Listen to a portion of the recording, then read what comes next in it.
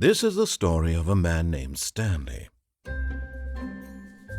Stanley worked for a company in a big building where he was employee number 427. Employee number 427's job was simple. He sat at his desk in room 427 and he pushed buttons on a keyboard. Orders came to him through a monitor on his desk, telling him what buttons to push, how long to push them, and in what order. This is what employee 427 did every day of every month of every year. And although others might have considered it soul-rending, Stanley relished every moment that the orders came in, as though he had been made exactly for this job. And Stanley was happy. And then one day, something very peculiar happened. Something that would forever change Stanley. Something he would never quite forget. He had been at his desk for nearly an hour when he realized that not one single order had arrived on the monitor for him to follow. No one had showed up to give him instructions, call a meeting, or even say hi. Never in all his years at the company had this happened, this complete isolation. Something was very clearly wrong. Shocked, frozen solid, Stanley found himself unable to move for the longest time. But as he came to his wits and regained his senses, he got up from his desk and stepped out of his office.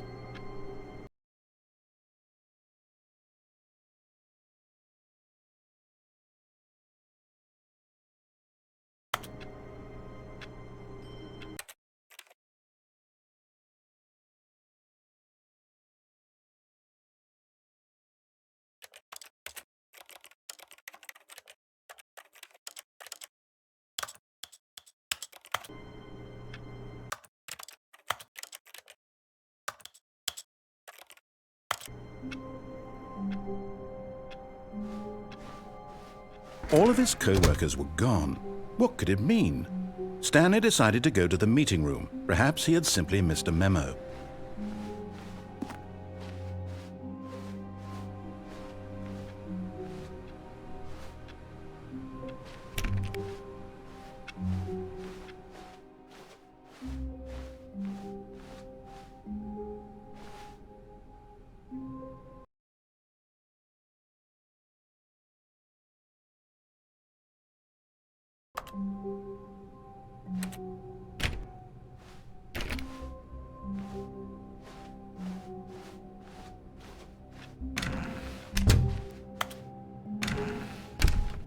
Oh, and I guess this is where Stanley felt he needed to be right now, in this little hallway. Here, with no distractions, to study room 417. Not to actually enter it. No. That would be far too forward.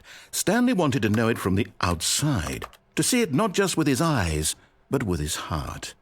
He would know room 417 as no man or woman had ever known an office before. That ladder over there. Oh, and that little picture of a horizon or something. It's all just a never-ending parade of joy for Stan.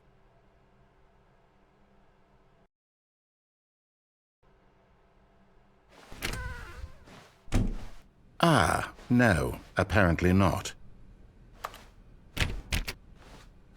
When Stanley came to a set of 2 open doors, he entered the door on his left. This was not the correct way to the meeting room, and Stanley knew it perfectly well. Perhaps he wanted to stop by the employee lounge first, just to admire it.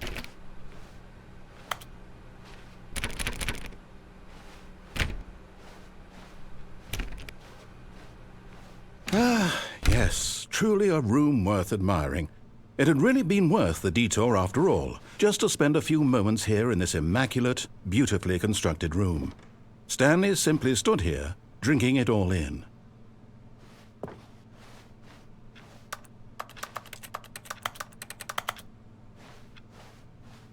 Yes, really worth it being here in the room. A room so utterly captivating that even though all your co-workers have mysteriously vanished, here you sit looking at these chairs and some paintings. Really worth it. But eager to get back to business, Stanley took the first open door on his left.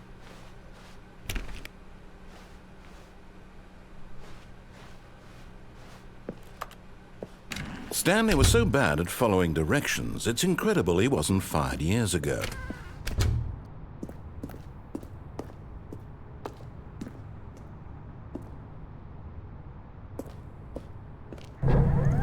Look, Stanley, I think perhaps we've gotten off on the wrong foot here. I'm not your enemy, really, I'm not. I realize that investing your trust in someone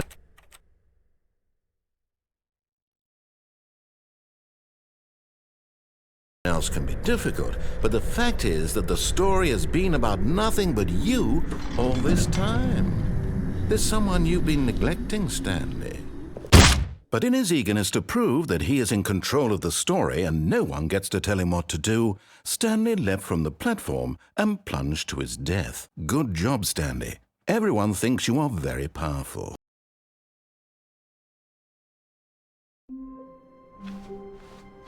All of his co-workers were gone. What could it mean? Stanley decided to go to the meeting room. Perhaps he had simply missed a memo.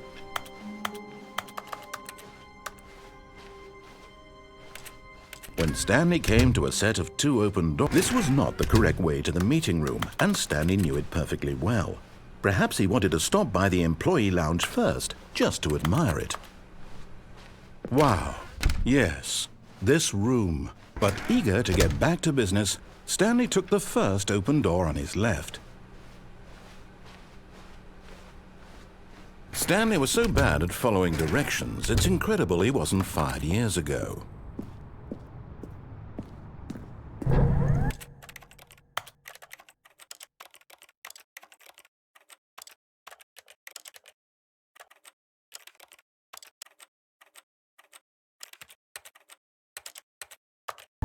Look, Stanley, I think perhaps we've gotten off on the wrong foot here.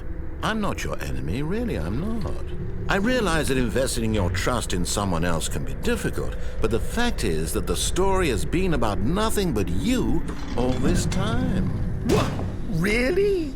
I was in the middle of something. Do you have zero consideration for others? Are you that convinced that I want something bad to happen to you? Why, I don't know how to convince you of this, but I really do want to help you, to show you something beautiful.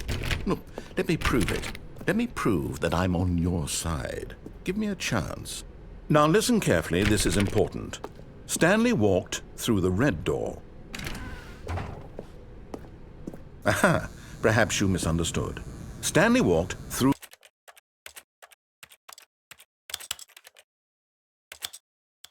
the red door.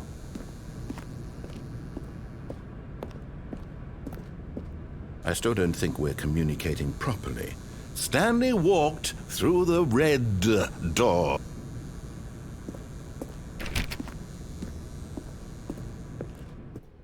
All right, fine, go ahead, Stanley.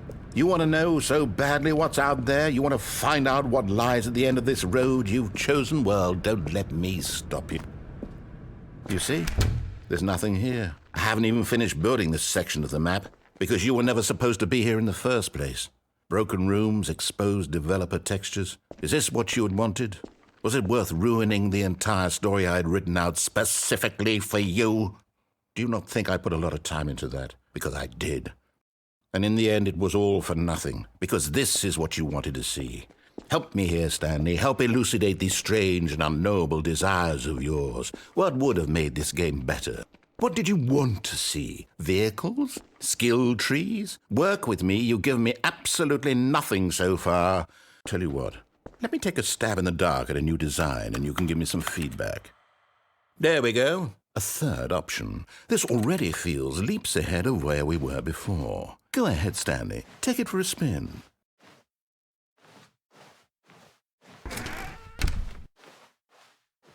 Okay, I'm going to stop you there. Now, tell me about your experience with this new version. Would you say that the game benefited from allowing you more choices?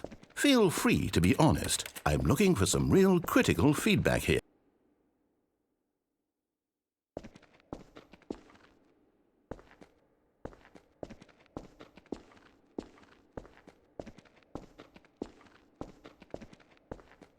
Oh, well, now this is useful. You didn't like it, but you didn't totally hate it either. You enjoyed it, perhaps is the correct term. It didn't cause you excruciating pain. Big steps we've made here today, Stanley. Here, based on the data from your previous playthrough, I've compiled a new version. And to be perfectly candid, I think I've knocked it out of the park with this one. Let's take a look.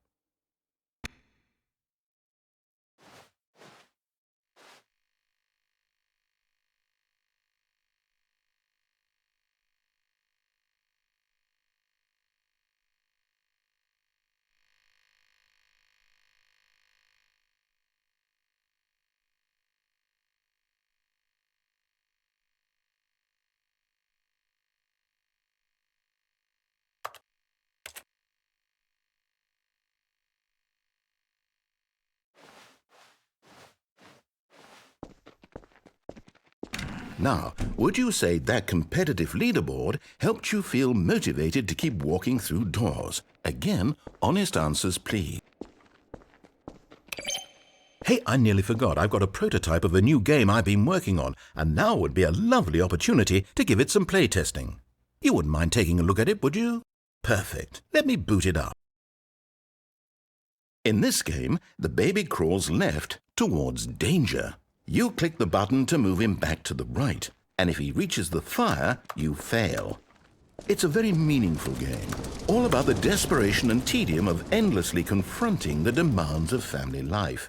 I think the art world will really take notice. But of course, the message of the game only becomes clear once you've been playing it for about 4 hours. So why don't you give it 4 hours of play to make sure it's effective?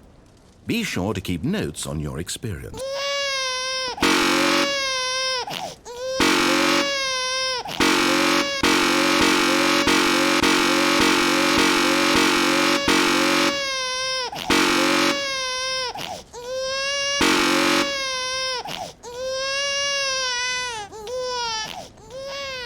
You heartless bastard. Did you do it because you hate babies or purely to spite me? Because if it's the latter, well, I don't know what to do. I'm completely out of ideas. I can't think of a single thing that might improve the experience for me. I'm not even going to try. I'm out, I'm done. It's over. Thank you for playing. Your input was extremely valuable. Oh, hey, since my game was so awful, why don't we play someone else's game, just to ease the pain? Let's see. What do we have here? Yes, this seems like it'll work. Let's give it a shot.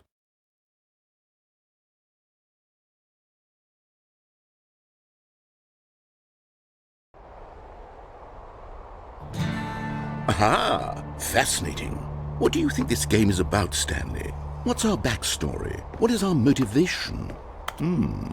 Well, it seems obvious to me that you are meant to play as a creepy man spying on innocent civilians below you from up high in your creep tower, perhaps for some sort of twisted erotic purpose. Yes, that must be it. What a fascinating venture into the experience of total mental depravity. So far, I love everything about this game, Stanley. And it seems there's even more. Come, let's venture outward and see what else is out there.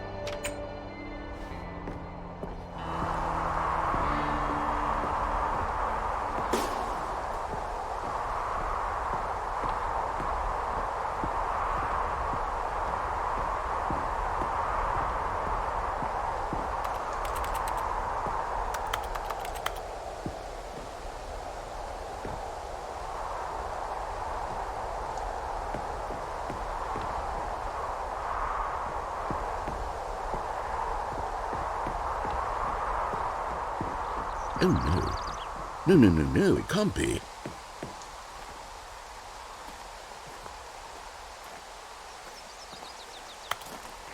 It is. It's an open world game. Good God, quickly block it off. Oh, thank goodness, Stanley. What a close call. You nearly wandered off into that thing. That big, open, just wandering around, no right or wrong directions, no path to follow. You can just go in any... Oh, thank heavens we avoided it. We're out of the woods now, Stanley. Okay, I'm going to get us out of here. Let's find another game. Preferably something with walls. Something with nice, big, insurmountable walls. Okay, I think this will be just the thing.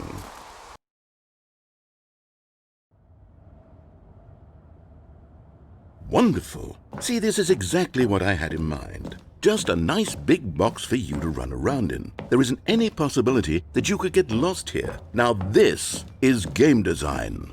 Stanley, if you manage to get lost in this game, I will be phenomenally impressed. Okay, so what exactly do we do here? Let's see. There are lots of cars here in the back, but obviously there's no racetrack. Okay, I'm seeing that there's a ball of some kind back here. Is this game sports ball? Stanley, I think it's sports ball. Oh, what fun. We shall run the bases and do a touchdown together. Yes, I think surely we must. Okay, Stanley, here's the ball. Have fun.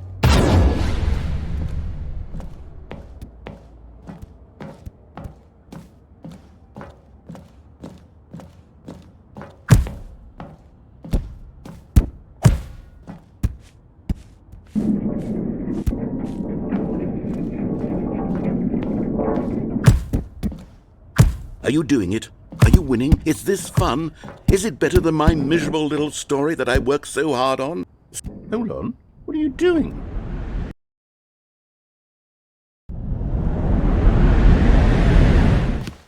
Stanley, don't do that. I can't follow you there. I can't help you. How will you write a story without me? You can't do it. You know that. Stanley, come back. We still have so much.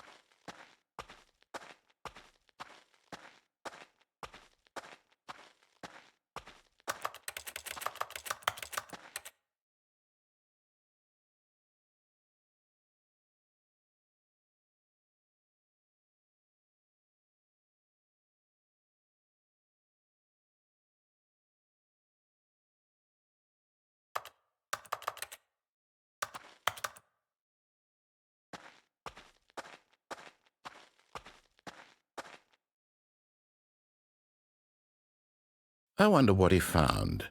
If what he wanted was to be the leading man in his own story, well, perhaps he's gotten it, down in wherever he is right now. I wonder if he's happy with his choice, and if he's learned the heavy cost that comes with it. He'll understand soon what I was trying to tell him. He needs me. Someone who will wrap everything up at the end, to make sense out of the chaos and the fear and the confusion. That's who I am. That is what I mean to this world. Oh, yes. Yes, I'll be back. There's no other way. Once this ends, after it all comes to a close, then I'll be back. The end will be here soon. Very soon. I can wait.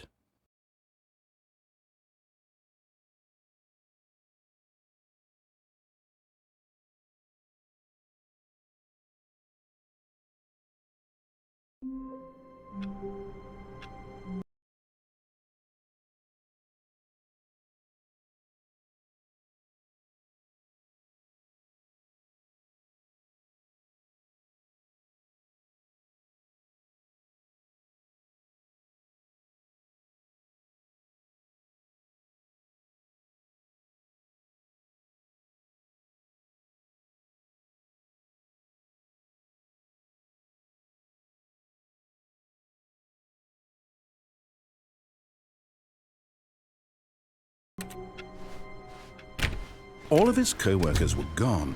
What could it mean? Stanley decided to go to the meeting room. Perhaps he had simply missed a memo. No matter how hard Stanley looked, he couldn't find a trace of his co-work. At first, Stanley assumed he'd broken the map, until he heard this narration and realized it was part of the game's design all along. He then praised the game for its insightful and witty commentary into the nature of video game structure and its examination of structural narrative tropes. So, now that you're here, what do you think? Isn't this a fun and unique place to be? Why don't we take a minute just to drink it all in?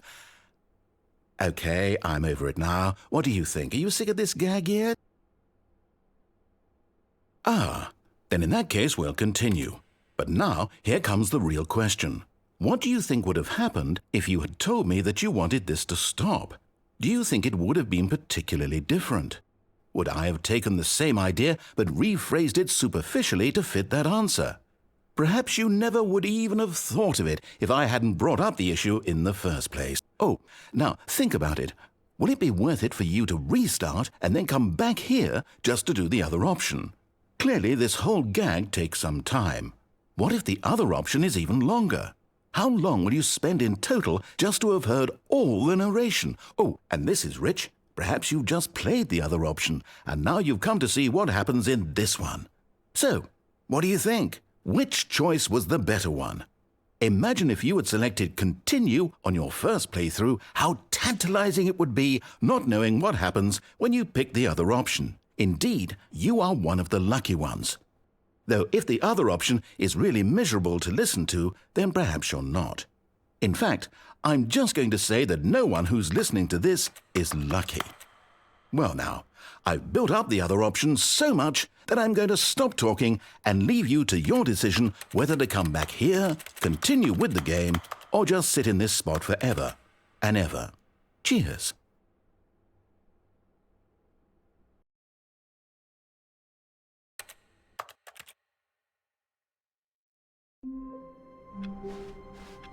All of his co-workers were gone.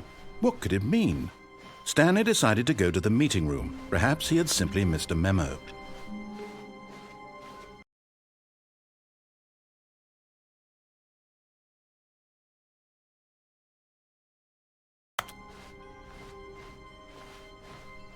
When Stanley came to a set of 2 open doors, this was not the correct way to the meeting room, and Stanley knew it perfectly well.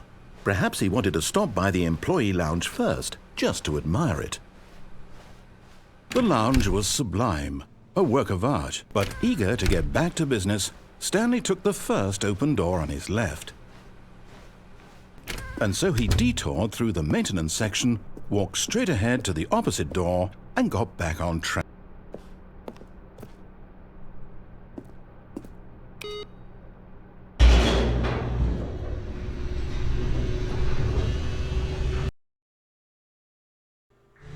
But Stanley didn't want to go back to the office. He wanted to wander about and get even further off track. So now in order to get back, he needed to go, from here it's, left. Oh, no, it's to the right, my mistake. No, not the right. Why would I have ever said it was to the right? What was I thinking? It's clearly... Oh dear, would you hold on for a minute, please? Now, let's see. We went down right, left, down, left, right. Yep, okay, yes. I've got it now. This story is absolutely, definitely this way.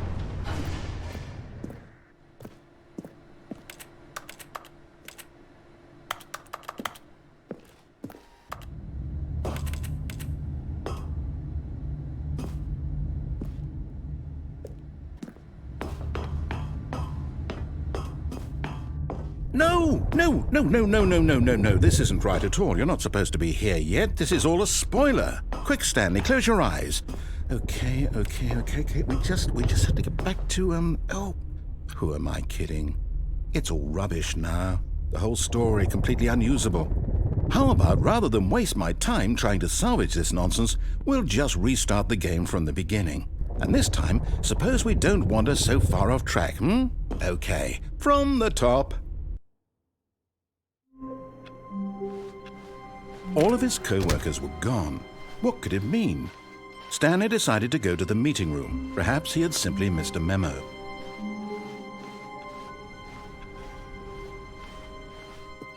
When Stanley... Wait, what? No, I restarted. I swear I definitely restarted the game over, completely fresh. Everything should be... Or did something change? Stanley, did you change anything when we were back in that room with all the monitors? Did you move the story somewhere or Hold on. Why am I asking you? I'm the one who wrote the story. It was right here just a minute ago. I know for sure that it's here somewhere. Okay, then. It's an adventure. Come, Stanley. Let's find the story.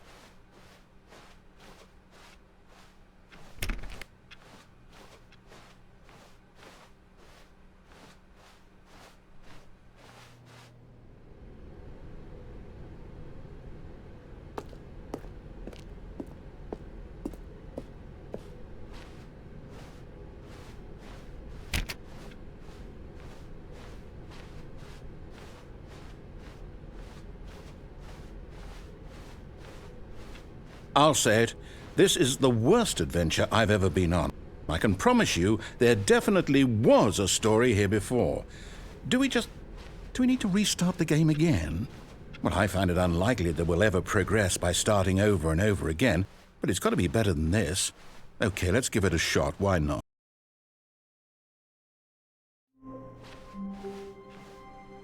All of his co-workers were gone. What could it mean? Stanley decided to go to the meeting room. Perhaps he had simply missed a memo.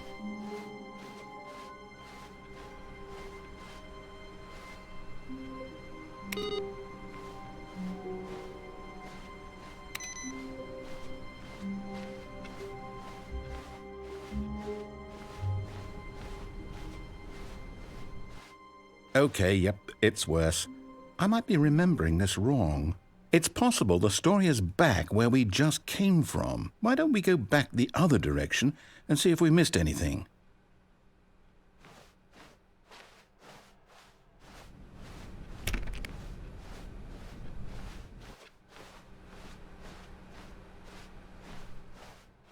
Aha!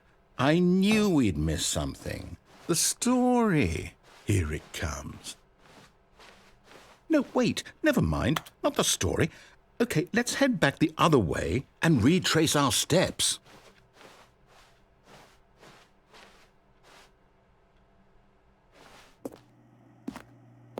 Now this...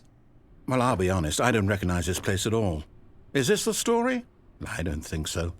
I can't quite recall, but I believe my story took place in an office building. Is that correct? Do you remember, Stanley? Well, do you know what? Since I've completely forgotten what we were supposed to be doing, how about this? You win! Congratulations! I know you put in a lot of hard work, and it really paid off, so good job. Oh, no. No, I don't feel right about this at all. We both know you didn't put in any actual work for that win. Some people win fair and square, and this was not one of those situations. Okay, I'm getting weirded out by whatever this place is. I don't care what might happen this time, I have to restart. All right, I've got a solution. This time, to make sure we don't get lost, I've employed the help of the Stanley Parable adventure line. Just follow the line. How simple is that?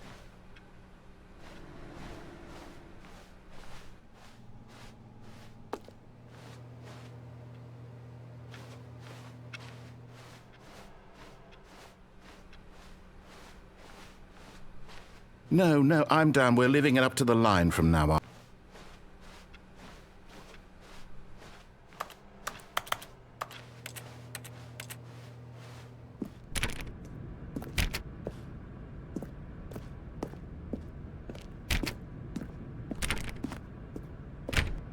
You see? The line knows where the story is. It's over in this direction. Onward, Stanley, to destiny. Though, here's a thought. Wouldn't wherever we end up be our destination, even if there's no story there? Or to put it another way, is the story of no destination still a story?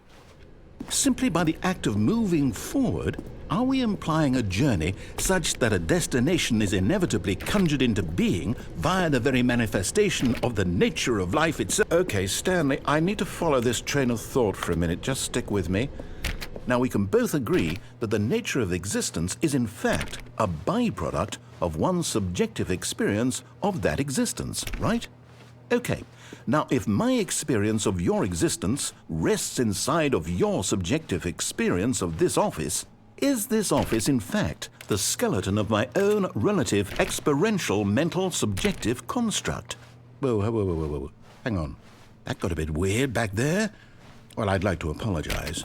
Not sure where I was going with all that. You know what? I think what we need right now is a bit of music to lighten the mood.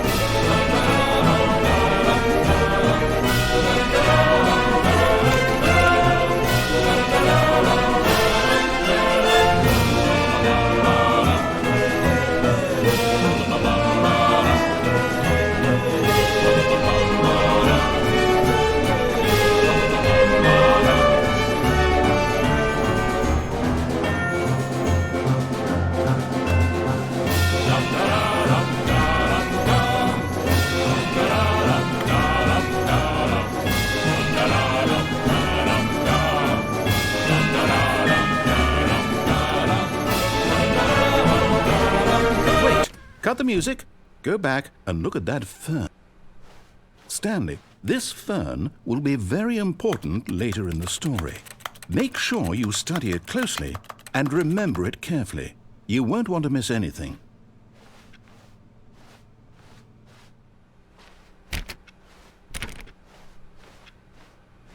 Wait, what? We're back at the office? No. Line, you do know we're looking for the Stanley Parable, right? The story? Is any of this ringing a bell?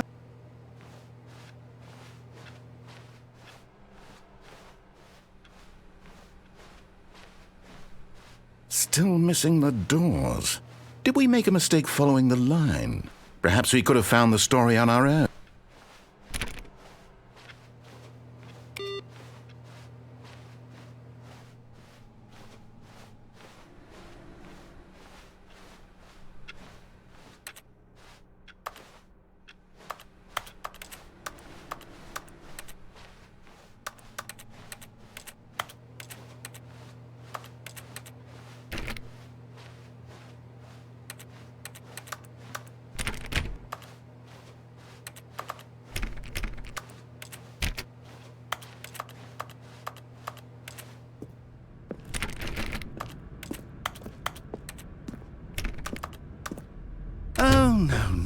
No, not again, Line. How could you have done this to us? And after we trusted you, after everything we've been through, you... Oh, I can't take this anymore. To hell with it. Restart.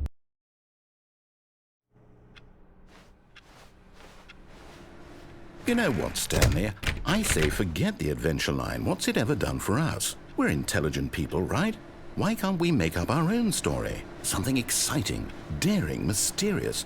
Ooh, this all sounds perfectly doable. Why don't we simply start wandering in, well, I don't know. How about this direction?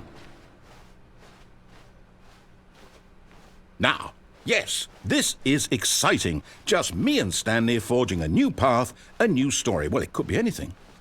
What do you want our story to be? Go wild. Use your imagination. Whatever it might be, Stanley, I'm ready for it. Oh, no, not you again. Stanley, I'd also like to veto the line from having any role in our awesome new story. No lines or monitor rooms. Just don't acknowledge it, and we should be fine.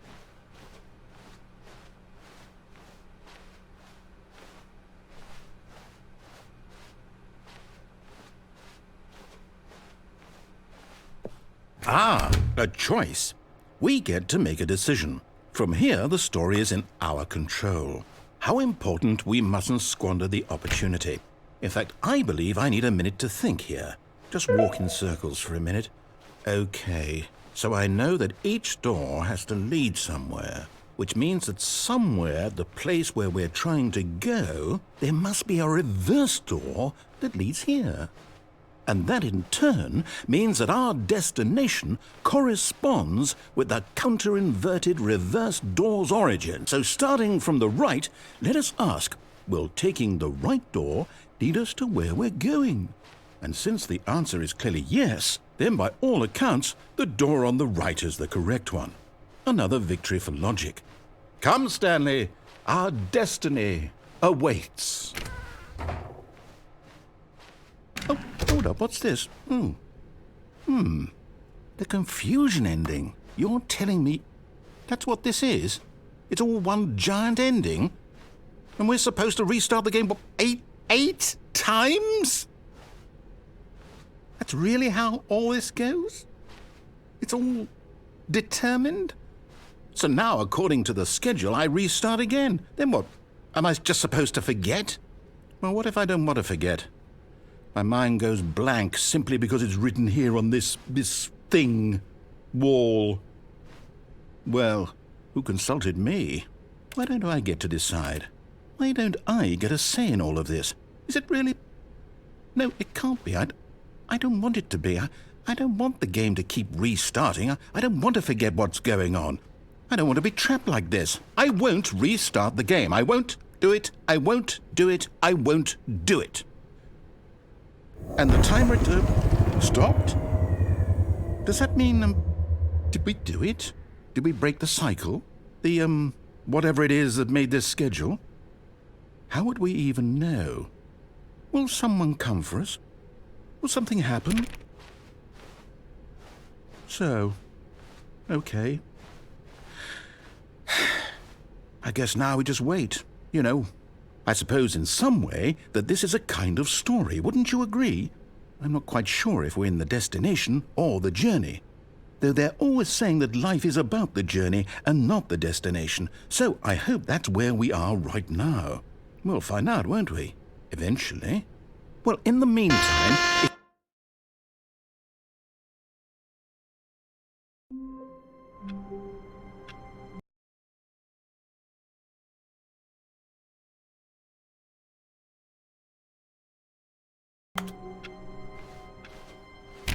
All of his co-workers were gone.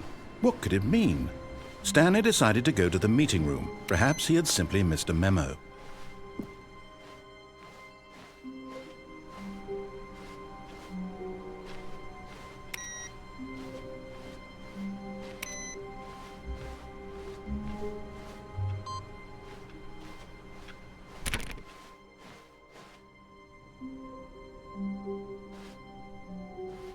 Oh, new content? What does that mean, new content?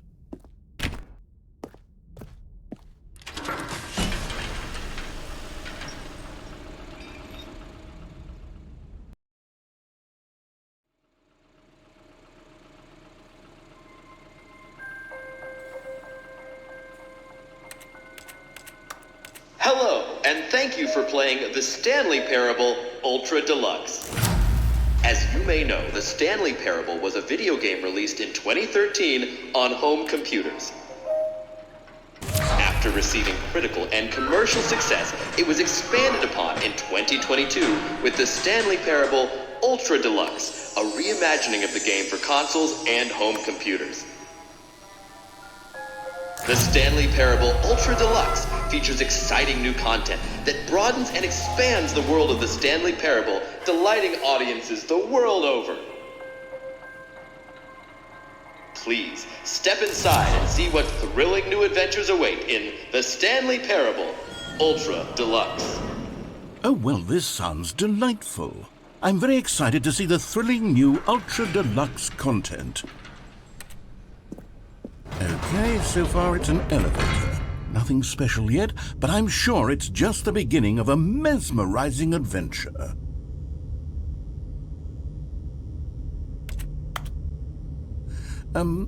Is it broken? What's going on here? Should we be moving somewhere? Or... Oh, there we go. All right, finally, at long last, it's on to the new content. I've never been more ready. Let's do it.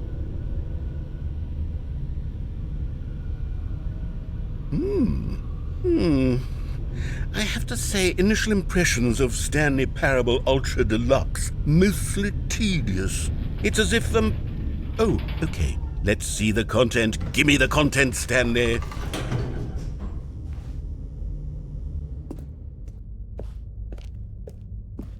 All right, let's see. It's the jump circle.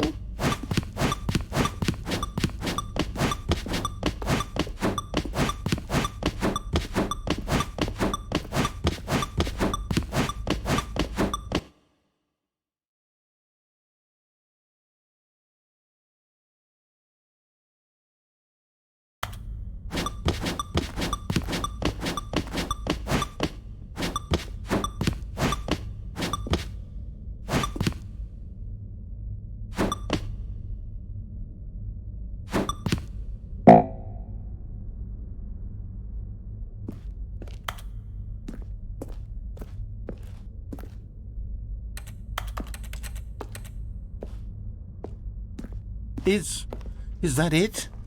Surely that's not all the new content. There has to be something else, right? Goodness, another elevator. Stanley, I have to say, initial impressions of this game are not positive. It's just elevators and jumping. Is this what passes for exciting new content? If this is new content, then I could just read you the whole dictionary. There's 20 hours of new content right there. Hell, I could count to 30 trillion. You could put that on the box. The Stanley Parable Ultra Deluxe, now with over 1,000 hours of new content. And oh, wait. There's more. Very good. Yes. I knew there had to be something else. Let's see it. I'm ready for whatever it is. That's it? Oh, you've got to be kidding me. You see, Stanley? This is what happens when greedy video game developers with no respect for their fan base rush a cheap expansion to market for no reason other than to make an easy dollar. And don't get me started on the level of craftsmanship that's gone into it. In fact, I'm looking right now at the game's achievements, and it's hard to believe one of them actually says, "Test achievement, please ignore." What quality assurance department signed off on this? I'm infuriated and I'm offended, and I intend to find these people on Twitter and hold them personally accountable. It's my fault, Stanley. I built up too much anticipation around the new content, I'm afraid. It could never have lived up to such expectations. If you're still with me, why don't we just reset the game? And we'll try to get back to what the Stanley Parable is really about. No frills, no gimmicks, just you and me having a great time together like always. What do you say, friend?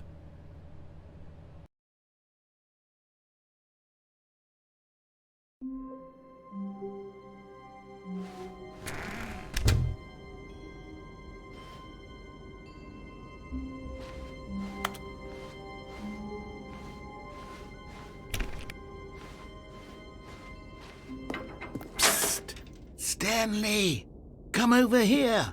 In the vent. I want to show you something.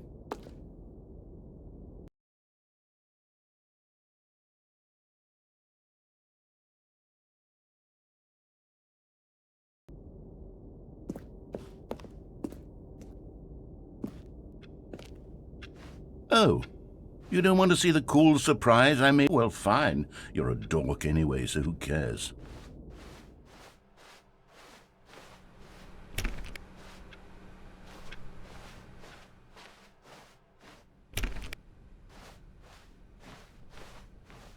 When Stanley came to a set of 2 open doors, he entered the door on his left.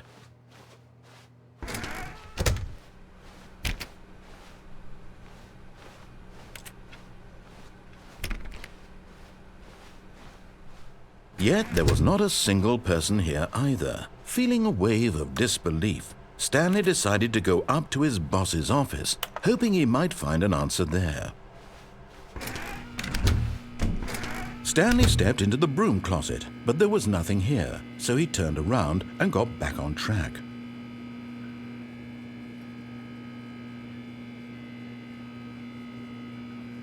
There was nothing here. No choice to make, no path to follow, just an empty broom closet. No reason to still be here.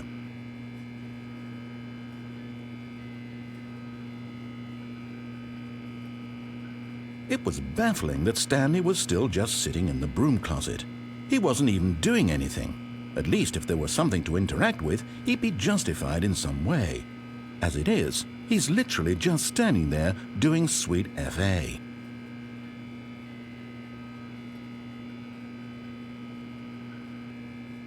Are you really still in the broom closet?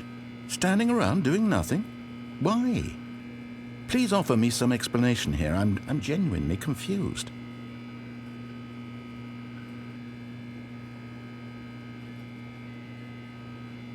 You do realize there's no choice or anything in here, right? If I'd said Stanley walked past the broom closet, at least you would have had a reason for exploring it to find out. But it didn't even occur to me because literally this closet is of absolutely no significance to the story whatsoever. I never would have thought to mention.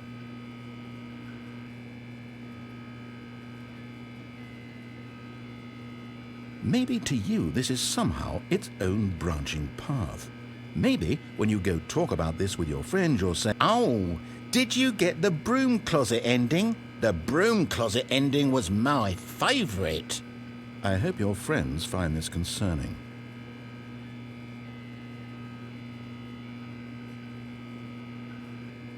Stanley was fat and ugly and really stupid.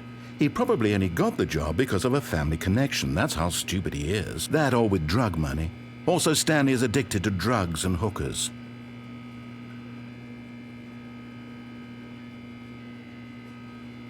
Well, I've come to a very definite conclusion about what's going on right now. You're dead. You got to this broom closet, explored it a bit, and were just about to leave because there's nothing here when a physical malady of some sort shut down your central nervous system and you collapsed on the keyboard. Well, in a situation like this, the responsible thing is to alert someone nearby so as to ensure that your body is taken care of before it begins to decompose. Hello? Anyone who happens to be nearby? The person at this computer is dead. They have fallen prey to any number of your countless human physiological vulnerabilities. It's indicative of the long-term sustainability of your species. Please remove their corpse from the area and instruct another human to take their place, making sure they understand basic first-person video game mechanics and filling them in on the history of narrative tropes in video gaming, so that the irony and insightful commentary of this game is not lost on them. All right, when you've done that, just step out into the hallway. Ah, second player. It's good to have you on board. I guarantee you can't do any worse than the person who came before you. You too? Unbelievable. I'm at the mercy of an entire species of invalids. Perhaps there's a monkey nearby you can hand the controls to. A fish? Fungus? Look, you can hammer out the details. I'm not particularly picky. I'll just be waiting for when you're ready to pick up the story again.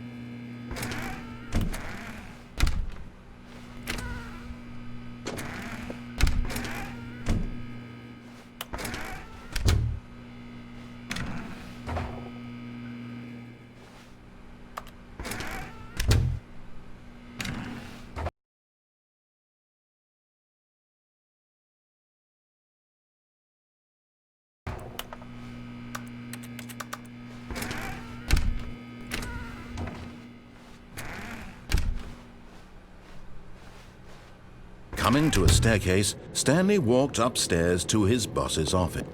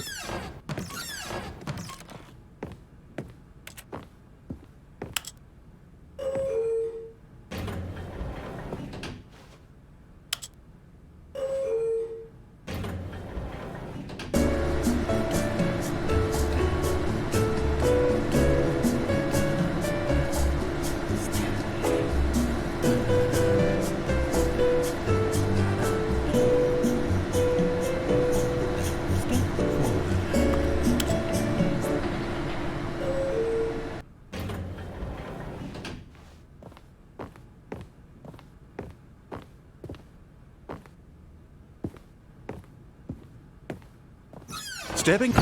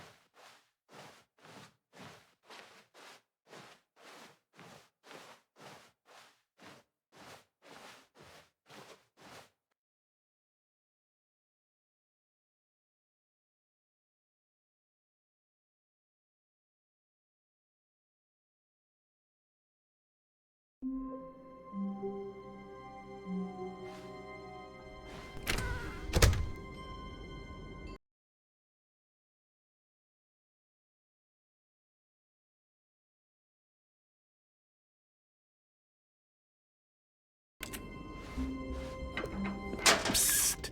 Stanley! Come over here! In the vent! I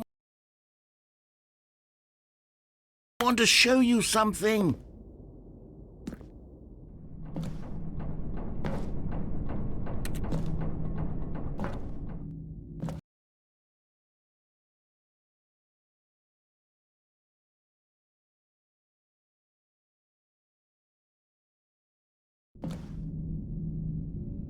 Okay, you remember how cheap and unsatisfying the new Ultra Deluxe content turned out to be? Well, it got me thinking about the past and how much better the Stanley Parable used to be. So I made something special and tucked it away here where the game's developers won't find it. Just our little secret. Take a look. I call it the Memory Zone.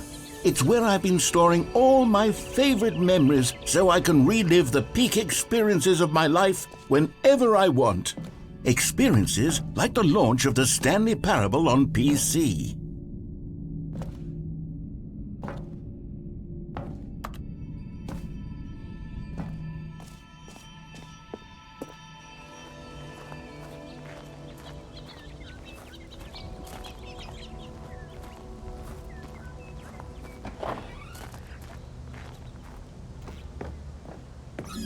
You see, Stanley, doesn't the memory zone remind you of how wonderful Stanley Parable was before it was sullied with a cheap re-release?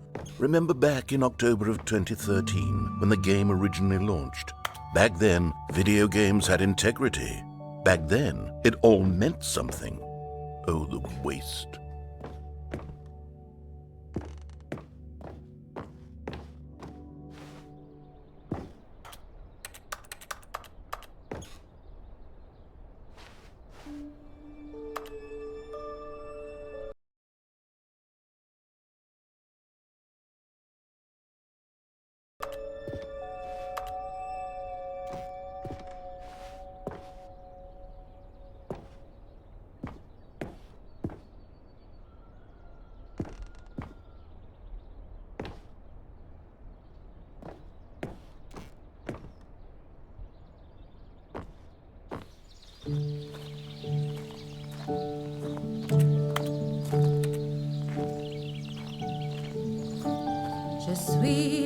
And over here is where I keep reviews of the Stanley Parable. Like this stunning triumph of games journalism, 10 out of 10 from Destructoid.com. James Stephanie Sterling writes, and I quote, "Where so many games that aspire to be more than games end up less than any form of art, Stanley Parable strives and then succeeds to be every game ever created." Did you hear that, Stanley? Every game ever created. That's how grand and all-encompassing the original Stanley Parable was. It was literally every game ever created. It was Skyrim, it was Persona 3, it was all of them, and now it's nothing. It's no games at all. It isn't even the Stanley Parable anymore. It's just a husk now. A lifeless husk with an hour of new elevator content.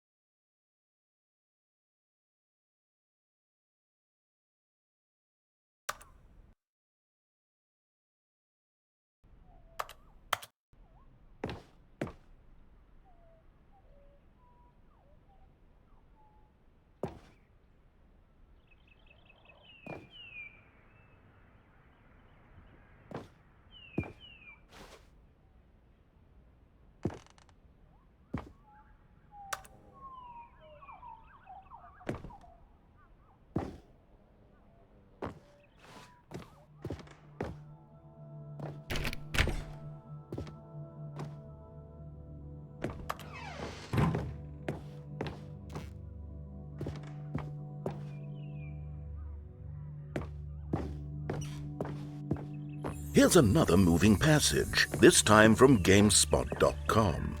The Stanley Parable is both a richly stimulating commentary on the nature of choice in games and one that offers some of the most enjoyable, surprising, and rewarding choices I've ever been confronted with in a game. 9 out of 10. Don't you get it, Stanley? The game was perfect.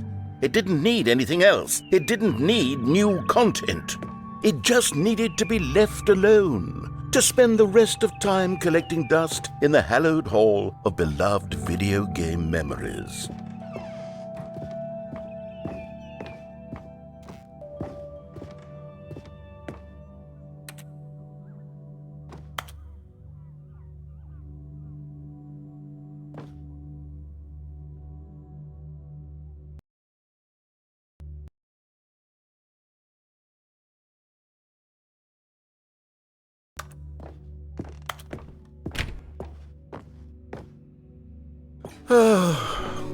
These were simpler times, Stanley.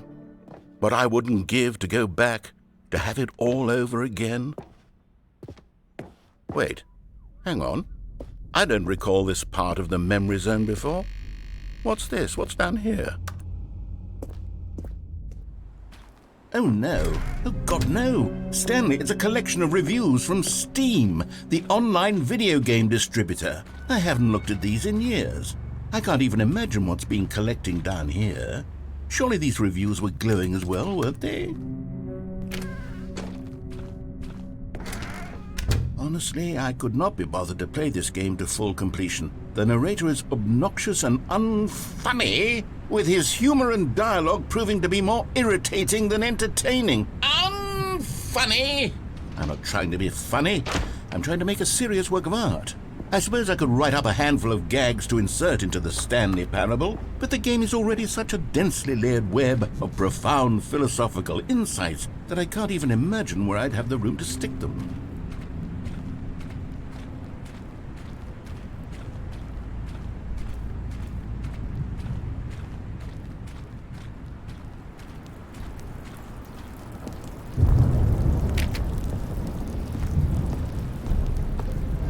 Okay, let's see what this one says. While the idea for the game is good, for someone who prefers non-linear games, this preachiness gets annoying fast. Preachy? Stanley? I'm not preachy, am I? You can tell me if I'm preachy. Honestly, you can. Oh, goodness. This is actually quite shocking for me. To be honest, I had always thought of the game's dialogue as being rather terse to begin with. You can't know how much fluff I cut from the game to get it to feel as light and airy as it... Well, I always thought it did. But maybe it wasn't. Oh dear. What an awful memory to have to hold on to. These black marks on my otherwise unimpeachable track record. I feel like a failure. Like I let these people down. Perhaps the Stanley Parable isn't quite as sterling as I always remembered. What's this one got to say? You constantly have to stop doing anything so the narrator can catch up with his long-winded explanations of what's happening. I wish there was a skip button. A skip button? Well, yes. Yes, I think we can do that. If I'm truly too preachy, then maybe letting you skip ahead for just a moment, surely it couldn't hurt. Not if it means we can strike these negative reviews from the record. Only positive reviews of the Stanley Parable. That's my motto today, and it's always been my motto. I'd do anything for the customer, Stanley. Yes, a skip button we shall have.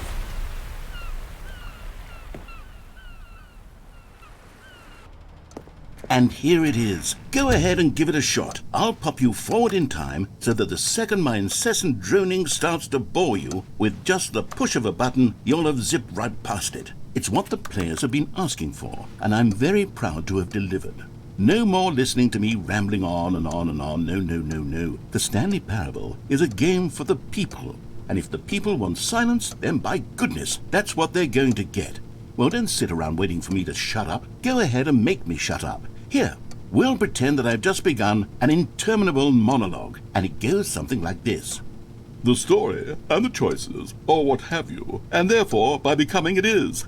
So on and so forth, until inevitably, we all until the end of time, at which time everything all at once. So, now you see, blah blah blah blah blah blah blah blah blah blah blah blah blah blah. We've eaten too much and it can't be just yet. No, until 245. Got the logic of elimination working backwards, the deduction therefore becomes impossible to manufacture. It went on for nearly 10,000 years, until just yesterday, here and there, forward and back, and never a moment before lunchtime. It can't be. It's the only thing there is. How many billions left until so much more than forever ago? Which is why I say, the story and the choices, or what have you, and therefore by becoming it is. So on and so forth, until inevitably we all... Oh, you're back, you see. You were only frozen in time for a few minutes, but it was plenty of time for me to deliver a long, rambling monologue full of unnecessary verbal flourishes and lengthy ruminations on the nature of choice in video game. Of course, I happen to believe it was perhaps one of my more profound such ruminations. Not that, of course, you need a description of it, but if I had to describe it, I'd say it was perhaps less of a rumination and more of a treatise. Or maybe a manifesto. Look, I'll outline it for you very briefly, and you can tell me what you think. Okay, so my theory is that any choice you've ever made is simply a series of choices made by the person who you are, or were, or will be at the time of having made said choice. That is to say, if by articulating a choice you've already made, you bring that choice into being, then by making no choice and saying nothing, are you not simply erecting in the sanctuary of time a monument to every person you've ever been? making every choice to which you've ever given your great gift of mortal and yet timeless thought? Or rather, do all of the choices you've ever made, in fact, make you more not this kind of person, and in fact do the very opposite? You see, it could in fact be both of these things at once, that you are both making choices and not making choices, and that they are both affecting you and not affecting you at the same time by virtue of the fact that you both are and are not making them. Okay, at first, I was leaning towards manifesto, but now I'm going to circle around and slap the treatise label on this one. I think it has much more of a treatise vibe to it. But wouldn't you say that manifesto just has a much grander sort of tone? It has a mouthfeel that is rich with ambition and history. Ambitious history, if you will. See, now you've gotten me going back to manifesto. Heavens, at this rate, we're going to be here all day. Okay, look. I have a method for exactly this sort of situation, and I do find myself in this situation frequently.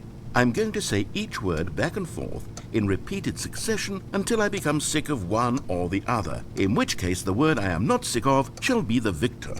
It is an unimpeachable strategy, Stanley. It's rescued me from disaster in countless situations. All right, here we go. Treatise, manifesto. Treatise, manifesto. Treatise, manifesto. Treatise, manifesto. Treatise, manifesto. Treatise, manifesto. Treatise, manifesto. Well there, sport. You really did catch me rambling on a bit, didn't you? But that's the power of the button. The minute I start to go off on a thoughtless display of self-absorption, it's right at your fingertips to go poof, and it's all over. Oh, I can't wait to see what Cookie 9 will say about this, and whether they'll edit the rating of their Steam review, or at least change some of the wording, perhaps. To be honest, I don't even know if one can change their review in the first place. I guess I should become better educated on exactly how Steam works. Perhaps that would have been the smart thing to check on before I went about this whole exercise of making the skip button. Although I have to imagine that after seeing this exciting new technology at work, surely whoever it is runs Steam will instantly run out and implement a new feature to make it possible to edit one's review, merely because of this very situation. Yes, I think that's quite likely. Or perhaps they'll simply grant this particular user the ability to change their review, so that the feature is not widely abused.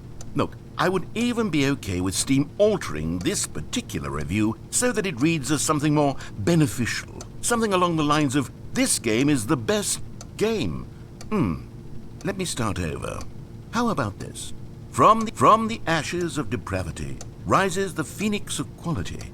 How else to describe the Stanley Parable Ultra Deluxe?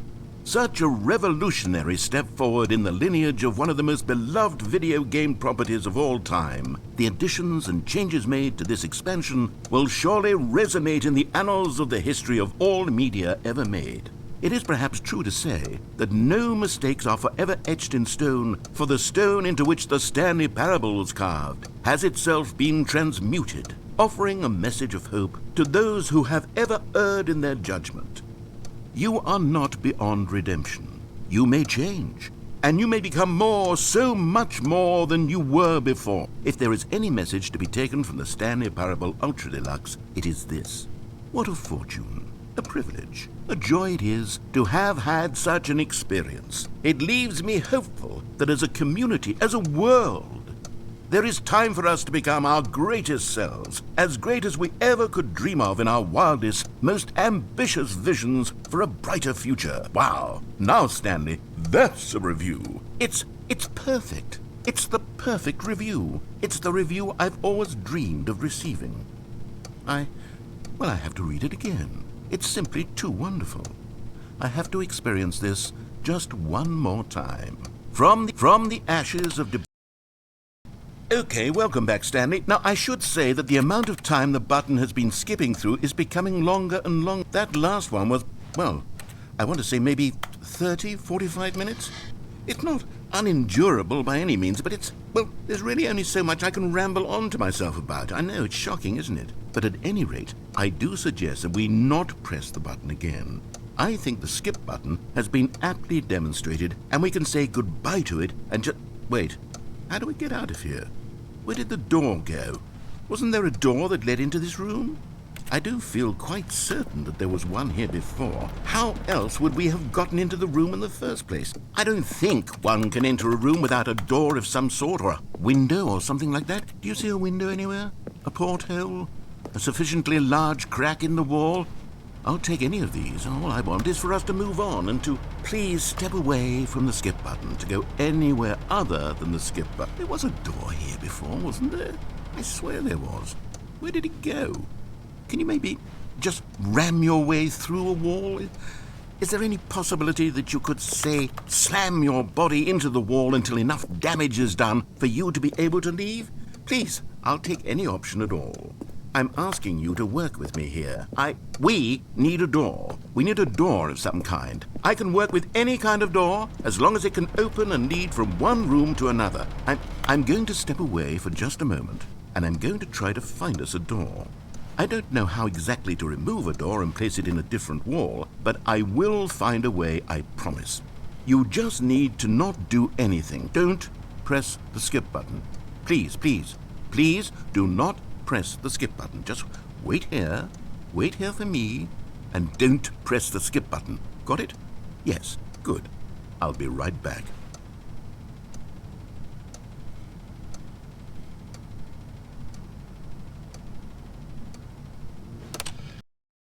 Stanley, please don't push the button again. It's been 12 hours. You've just been frozen there.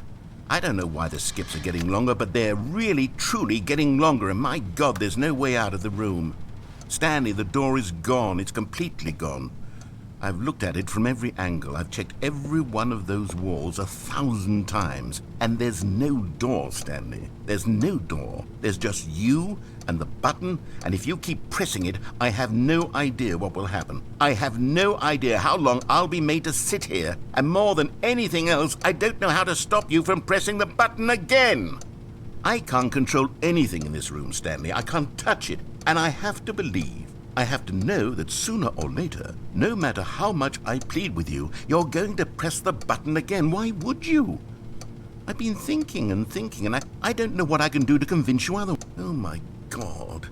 And it's all because of those reviews that I couldn't get out of my head. I just couldn't ignore the negative feedback. Why was it so important for me to fix the problem? Why did Cookie Nine's opinion matter so much to me? I've never even met Cookie Nine. I have no idea who they are. What would it ever really matter? But here I am. I'm fixating on every tiny negative thing that anyone ever says about the merest mention of one of my imperfections, and I become as impetulant as a child, wild and impulsive. I can't help myself. I can't stop myself from lashing out with a vengeful fury to alter and to change and to break anything unbroken, if only it pleases this one person who made a single negative comment. What does such an impulse serve? For whose benefit is this? And here I am now, stuck in a room, waiting for you to press this button, and to become frozen in time, knowing that you're going to do it, and that I'm going to be stuck all alone, and that I had the power to prevent it all from happening, if only I'd held my tongue. It's all out of my control now. Just you. Just your decision as to exactly when you're going to make me suffer, to leave me all alone. Surely you will. I don't doubt it. Surely you'll press that button again, leaving me here. And surely you'll put your own desire to see what's next ahead of my need for company, for companionship. Surely you'll not be moved by my howls of fitful anxiety that you sit with me and just stay here. Oh, no, I know you too well. You'll be leaving me. Oh, my God. And it's all because of those reviews. Oh, Stanley, you're back. You're back. Oh, my goodness. I have someone to talk to again. Stanley, I think it's been a week. Or 2 weeks.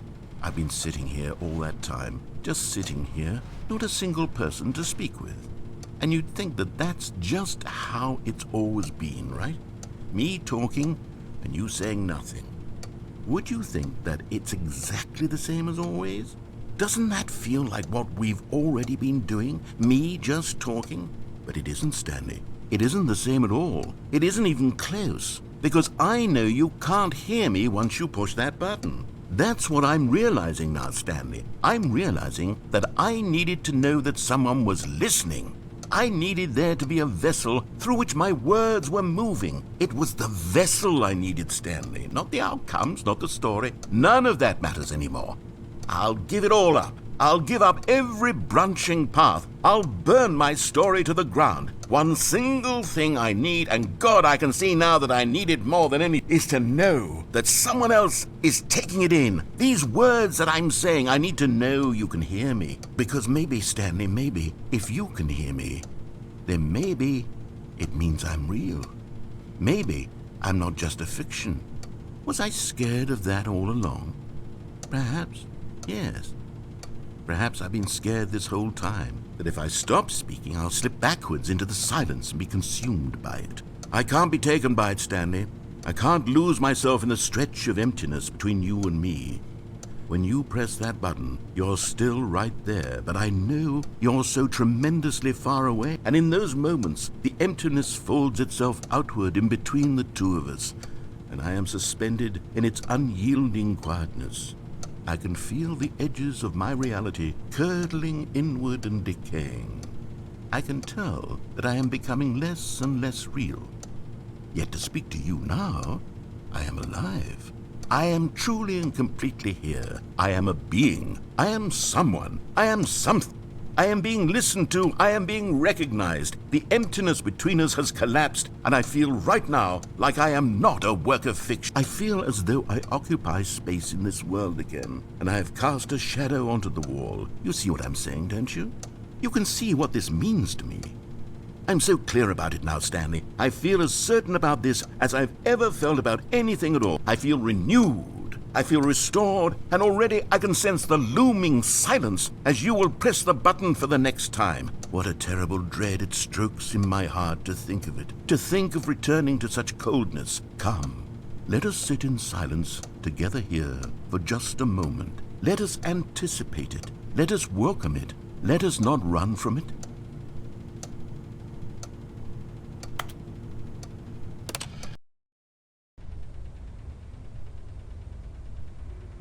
Oh, hello, it's you. You're here again. Welcome. I have had time to think about you and about us and about everything we've been through. I've had so much time. I stopped.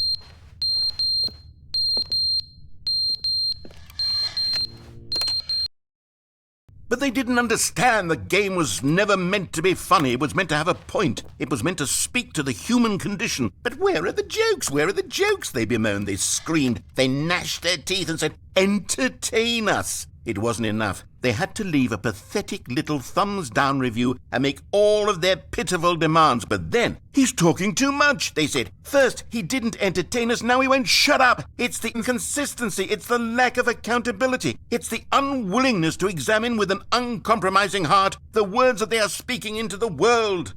As though there were no consequences for a lack of cohesion in one's assessment of our... But of course, absolutely anyone can leave a review. So here's what we get. We get these demands that seek everything and are accountable to nothing.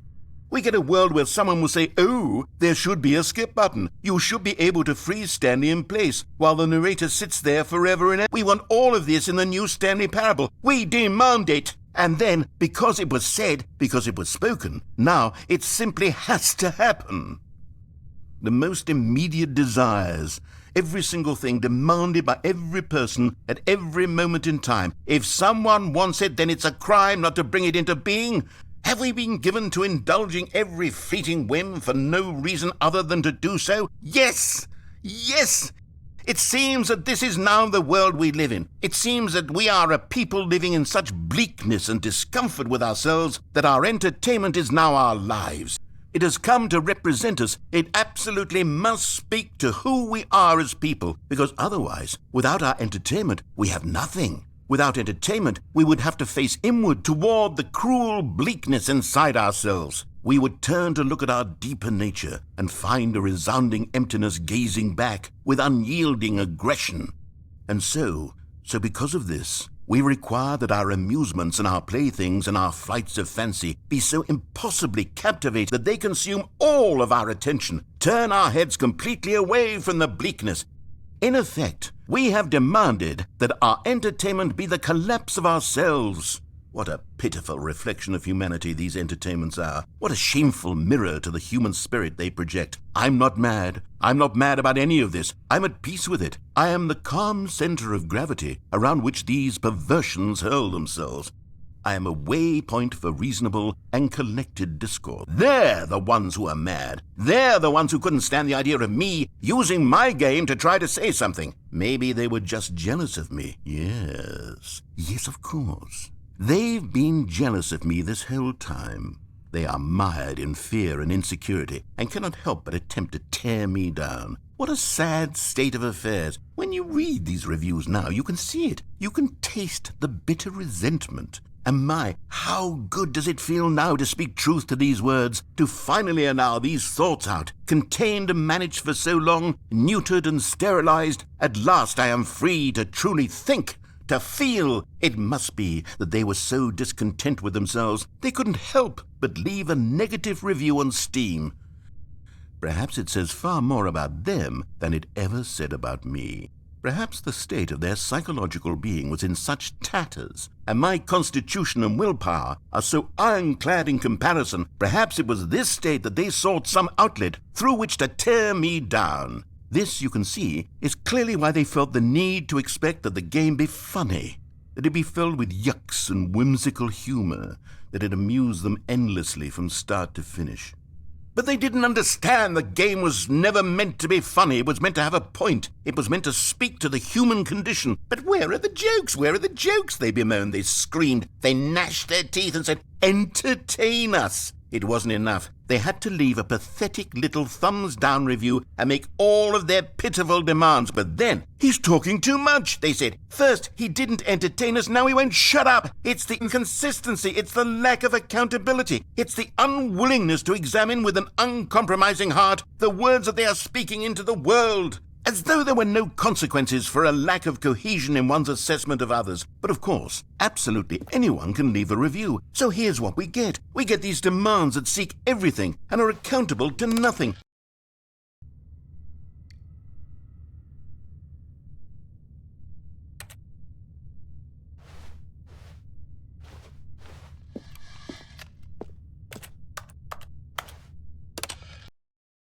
The end is never the end, is never the end, is never the end, is never the end, is never the end, is never the end, is never the end, is never the end, is never the end, is never the end, is never the end, is never the end, is never the end, is never the end, is never the end, is never the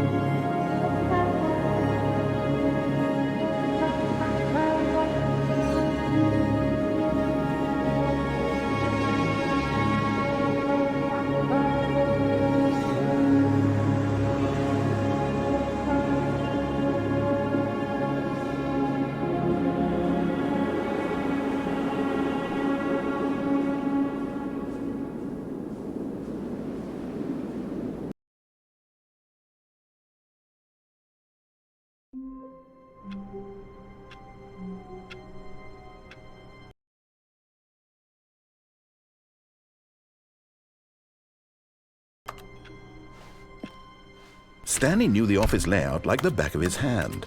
It was only a matter of time before he found the others, wherever they were. Just a matter of time.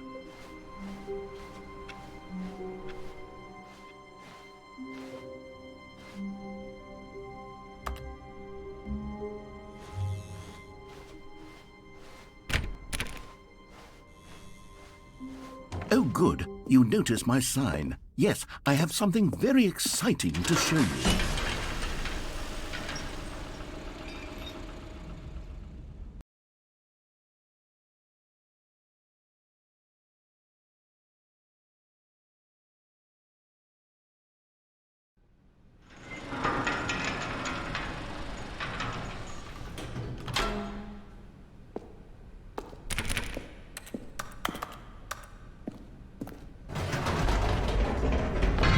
You see, Stanley, I've been reflecting on the Stanley Parable and about how roundly disappointing this Ultra Deluxe version has turned out to be. The original Stanley Parable was a landmark, and any new content for it should live up to that legacy. So forget this Ultra Deluxe nonsense. I say we take it one step even further. Which is why I'm very proud to announce for the first time ever, the Stanley Parable 2.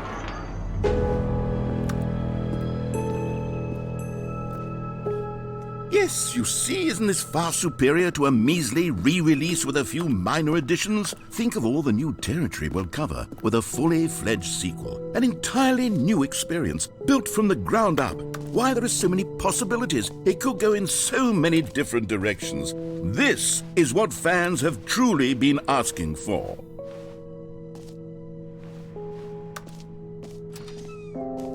Calling it the Stanley Parable 2 is just so much catchier than Ultra Deluxe, don't you think? Ultra Deluxe? What does it even mean? But the Stanley Parable 2, now that's an artistic statement right there.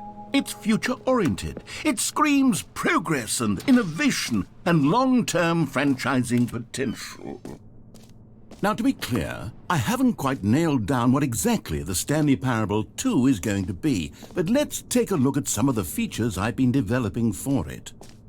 I figure that if I can loosely organize a handful of interesting concepts, that surely the game will sort of naturally spring up around them. It'll all work itself out. Game development is much more of a fuzzy magic than anything scientific or logical, really.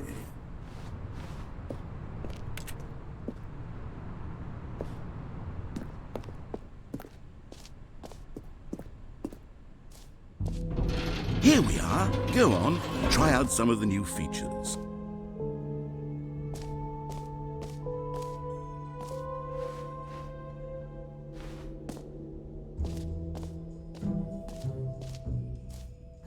For the Stanley Parable 2, I asked myself, what do players really want?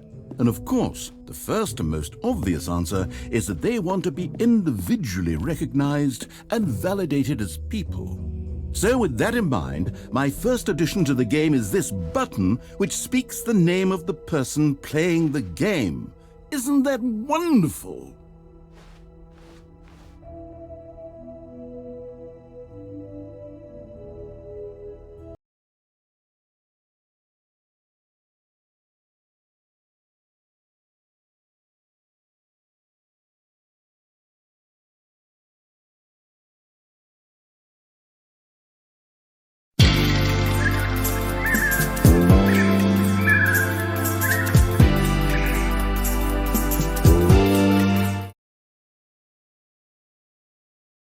The button only says the name Jim.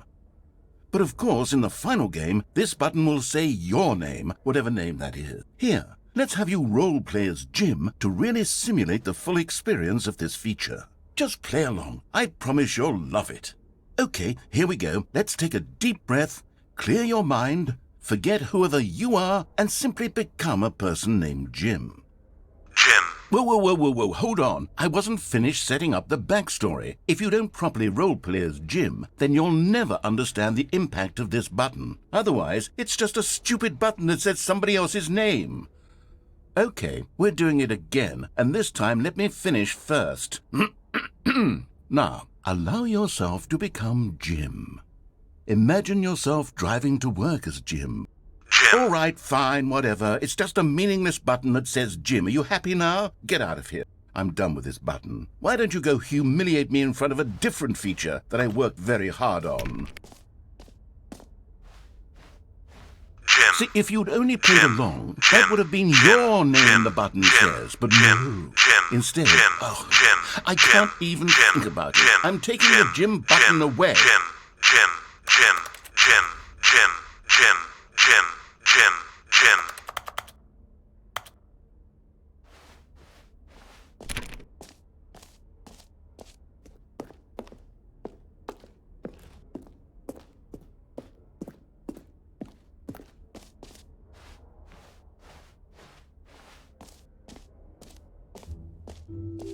Maybe I'll only let people named Jim play the Stanley Parable too. They would appreciate what I've created here.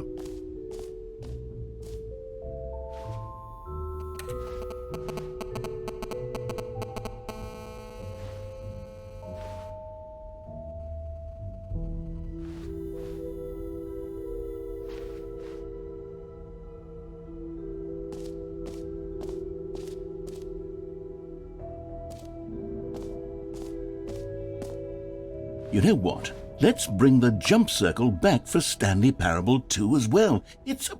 Oh, wait. You already spent all your jumps the first time we saw the jump circle? Oh, well.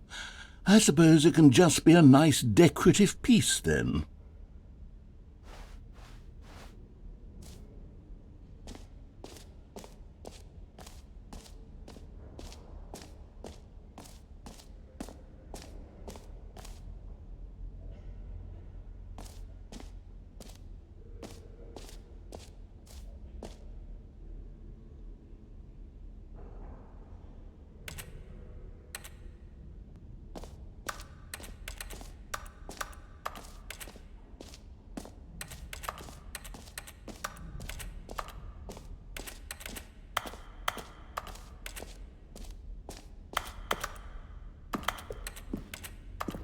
A common complaint of the Stanley Parable was that it was confusing and paradoxical, that it engendered a chaotic sense of reckless despair in those who played it. Well, I am happy to say that after much consideration, I've engineered a clever solution to this fundamental problem with the game. It's the Stanley Parable Reassurance Bucket. You see, Stanley, anytime you're holding the bucket, a sense of calm and ease will fill your mind and your heart. It's true. As long as you hold on to the bucket, the many disorienting contradictions of the Stanley Parable will feel perfectly normal and perhaps even comforting. You may even come to long for the gentle embrace of jarring cognitive dissonance while the bucket is in your arms. And to be honest, it's a much more convenient solution for me than actually redesigning the game to be less uncomfortable. Can you imagine what a pain in the ass that would be? Yes, the bucket is the perfect solution. Come on, give it a try.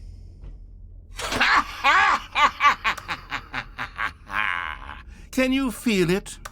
The glow of comfort, even in the face of crushing despair, must already be sweeping through your body. And in fact, can I say that I do believe the bucket lends you an air of charisma as well?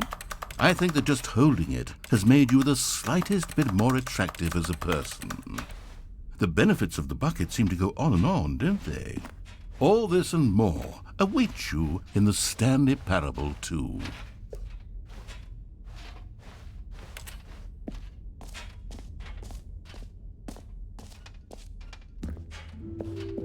Does anyone give out awards for most enjoyable bucket in a video game? That really should be an award if it isn't already. Okay, I'll be honest, I haven't yet decided on this one. I think that in the new version, the office could use a bit of decoration, like balloons. But I'm undecided on Get Well Someday and Happy 12th Birthday. Which would you go with? You know, sometimes when you solicit another person's opinion, it makes you realize that you knew which one you actually really wanted all along. Get well someday it is.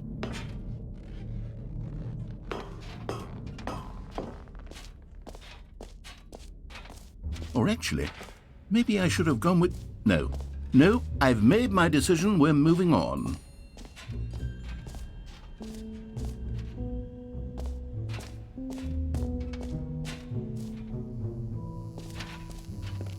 Now, here's something special. You remember that broken test achievement that got left in the game on accident? Well, I'm developing a technology to simply give you the achievement. Yes, you see, you'll come to this lever, and when you pull it, the achievement will be given to you. It's as simple as that. Okay, perhaps I should have clarified. This is technology that will exist. Right now, the achievement is still fully broken. I'm not a wizard, Stanley, but I guarantee it will be fixed in the sequel to at last satisfy the hordes of ravenous fans all over the world who have been uproariously demanding this feature. Gamers, we hear you, and I promise it will happen.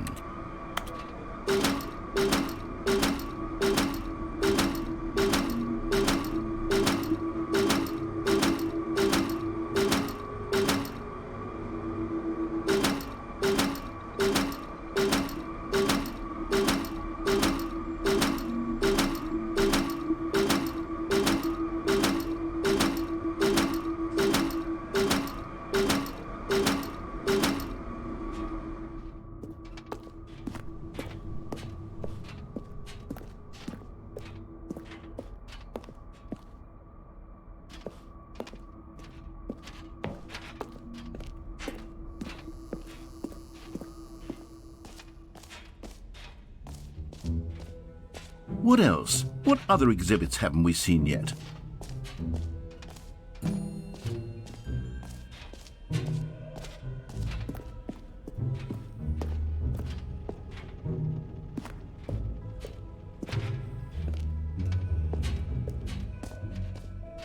Ah, collectibles.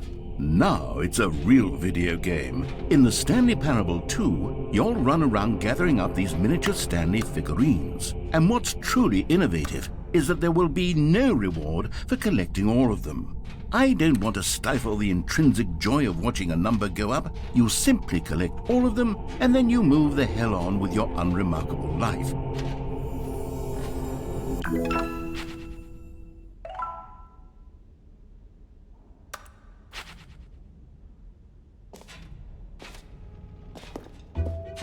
God, it really is the worst when you collect everything in a video game and then they give you a big fancy reward for it. Absolutely tragic.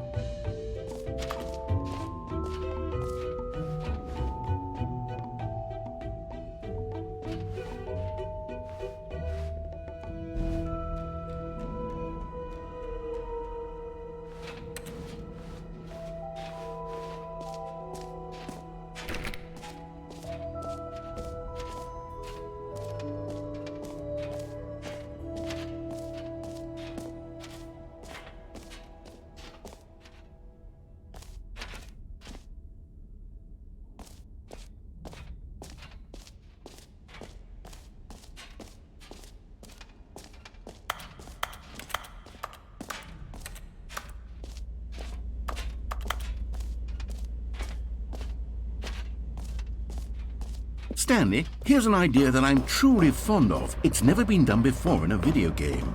This is in fact a hole that you can fall down forever. That's right, infinite falling. You can fall until the end of time if you like. A stunning leap forward for video games as a medium.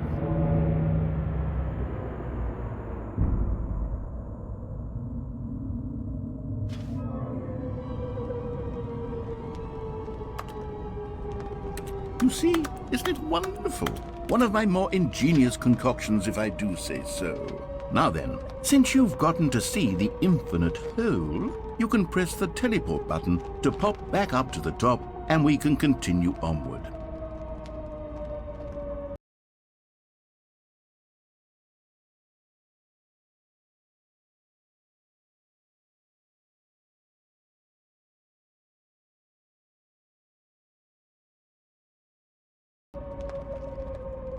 Now, I don't mean to be a bummer, but I do recommend you use the teleport button to go back to the top.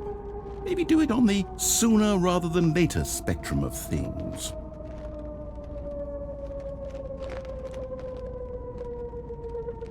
Okay, Stanley, I don't know quite how to say this tactfully, but it's possible that I slightly exaggerated the infinite nature of the hole. Is it a very, very deep hole? To be certain it is. It's an extremely deep hole. I don't want anyone to say that it isn't an astonishingly deep hole. It is. Is it infinite? Well, that sort of depends on your definition of infinity. From one perspective, the infinite is merely philosophical in nature. It's more of a... Okay, well, good for you. You found the bottom of the hole. You found me out, Stanley. I'm a liar and a cheat, and you're so clever. Look, I think the issue here is just that you're unusually fascinated by falling. What normal person actually wants to fall infinitely? I figured the hole was as deep as anyone would actually need. Don't you put this on me. Maybe you're the problem. Look, things got a little heated there. I think we both said some things we didn't mean. Why don't we just put all this behind us and agree to just call the hole mostly infinite? If that works for you, then go ahead and press the teleport button to warp up to the top of the hole and we can move on. I'll just be up here when you're ready.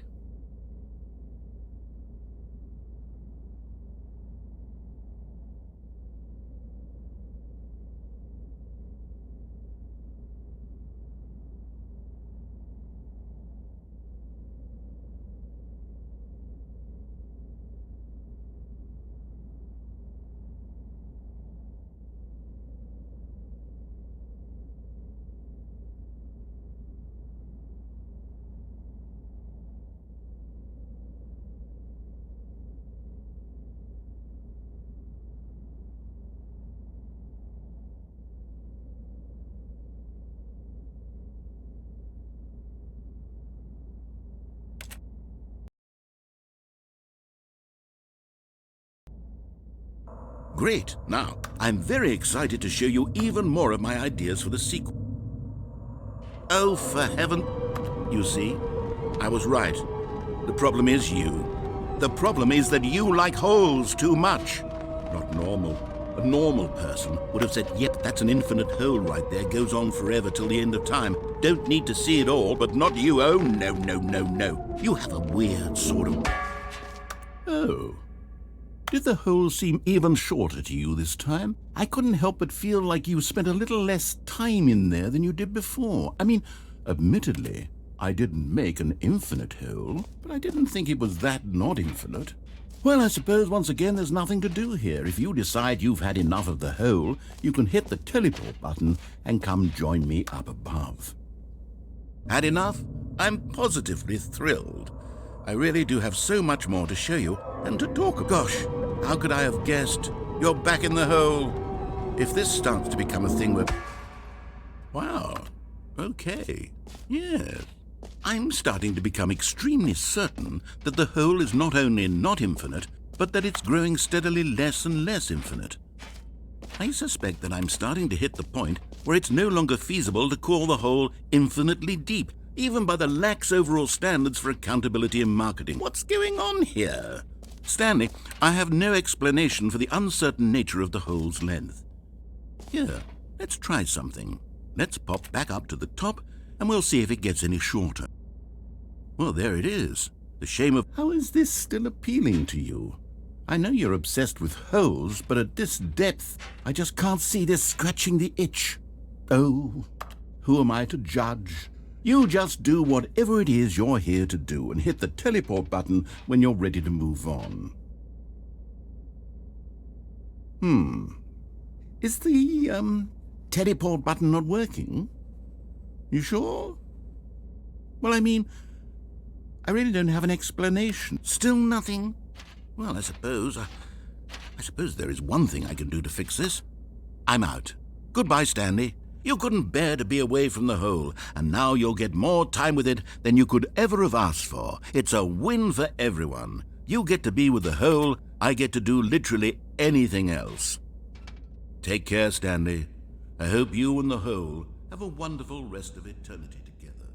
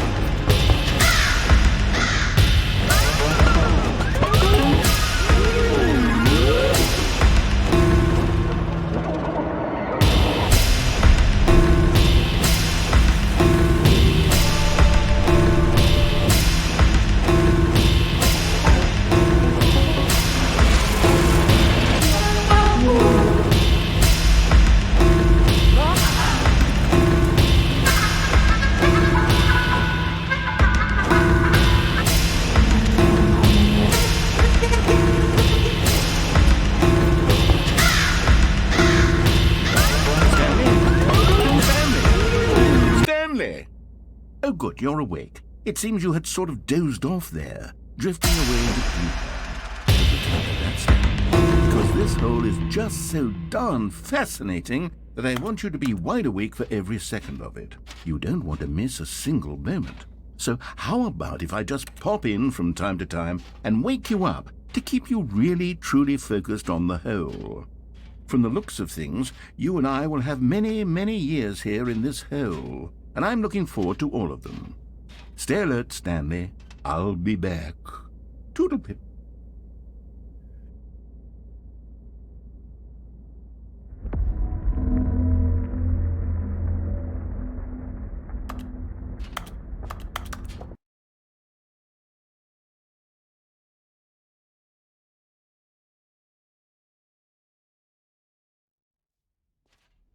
Here we are. Go on, try out some of the new features.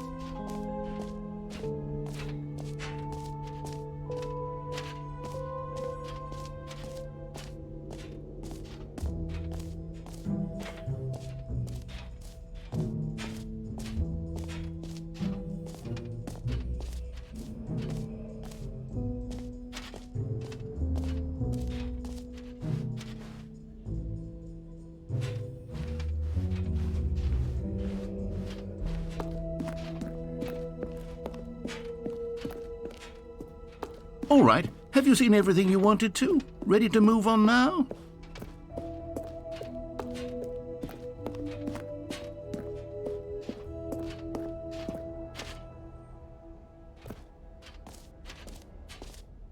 So, Stanley, what do you think? Do you like all of the new features? Yes, I know it's not exactly clear yet how exactly these features will come together as one single coherent video game, but I can feel it in my soul. It's going to work. There's definitely a good game in there somewhere. Say, let's do an experiment. I'll arrange these new features together, and we'll see whether or not it coheres into a meaningful gameplay experience. Okay. Are you ready? Here it is. I give you the Stanley Parable 2.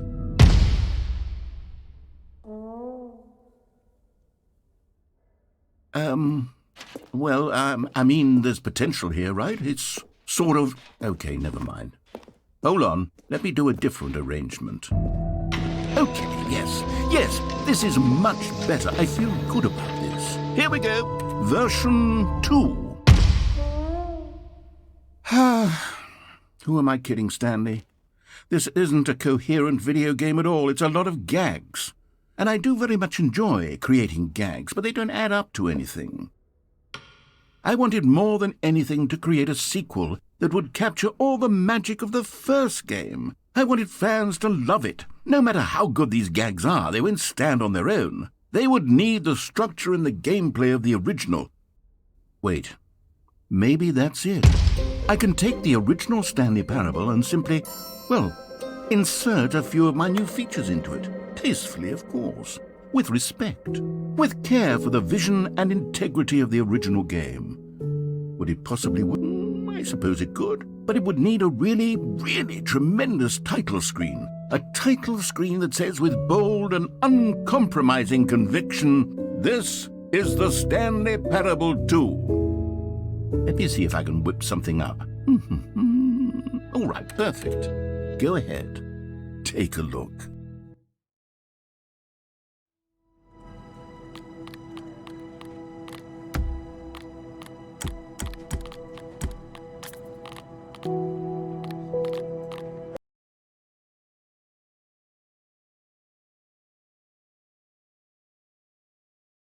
This is the story of a man named Stanley.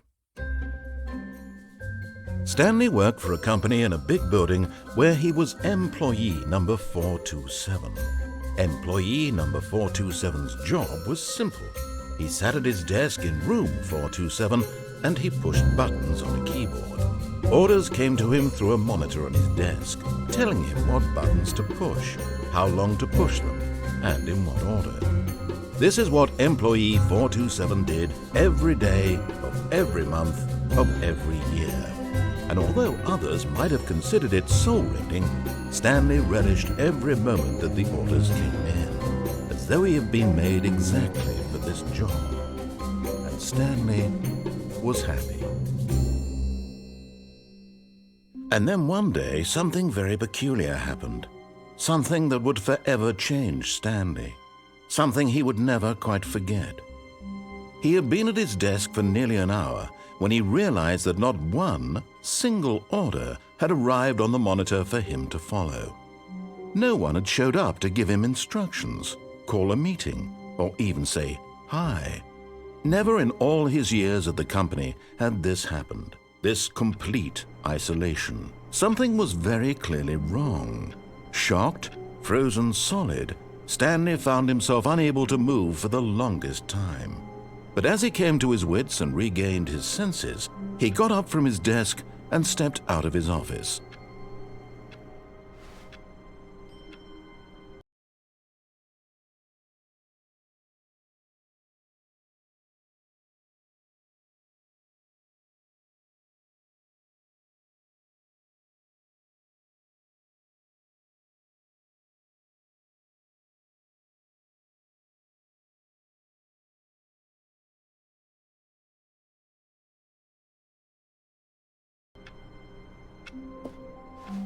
All of his co-workers were gone.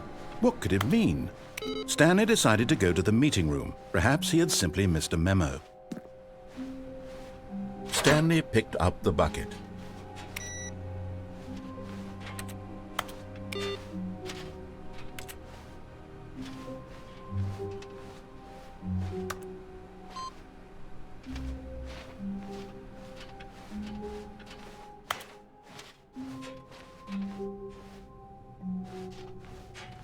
Stanley clutched the bucket tightly to his chest and entered the door on his left.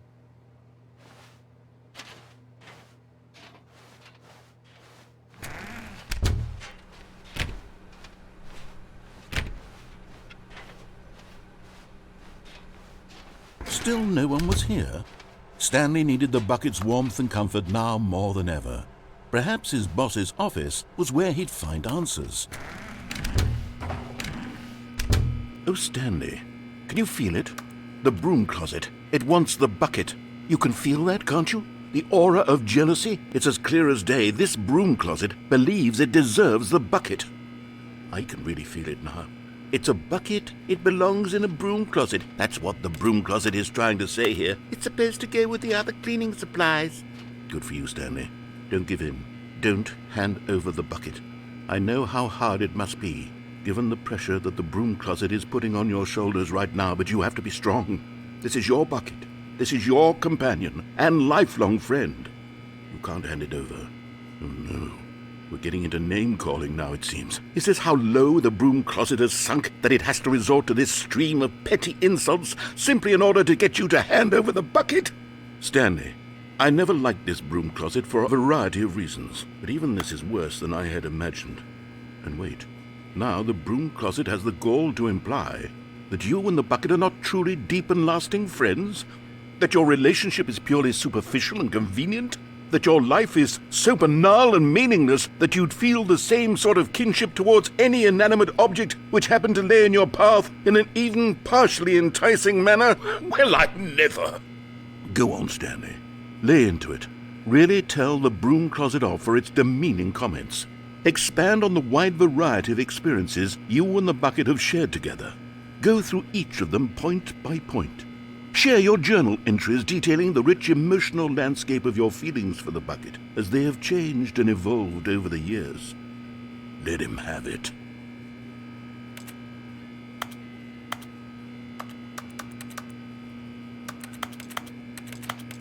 Okay, I've got you something which I think will help settle this debate once and for all. Here we go. There. Now it's settled. No more debate, no more discussion. Take a hike, broom closet, with all your meandering philosophical diatribes about the nature of cleaning supplies and their relationship to broom closets in the natural order of things.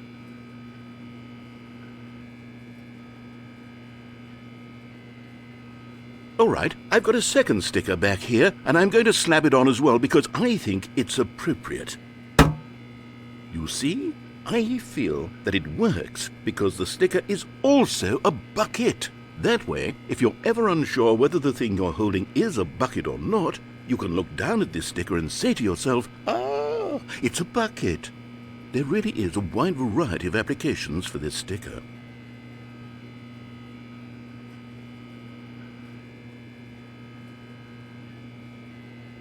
You know what? I could take the name-calling and the dismissal of your kinship with but now, the broom closet is just giving us the silent treatment, and to be honest, I'm sick of the pettiness on display. You can stay here all you like, but I've had it with this impetulant room of cleaning supplies, easily the most childish such room I've ever been in. I'll see you outside, and we can get on with the story about you and your bucket.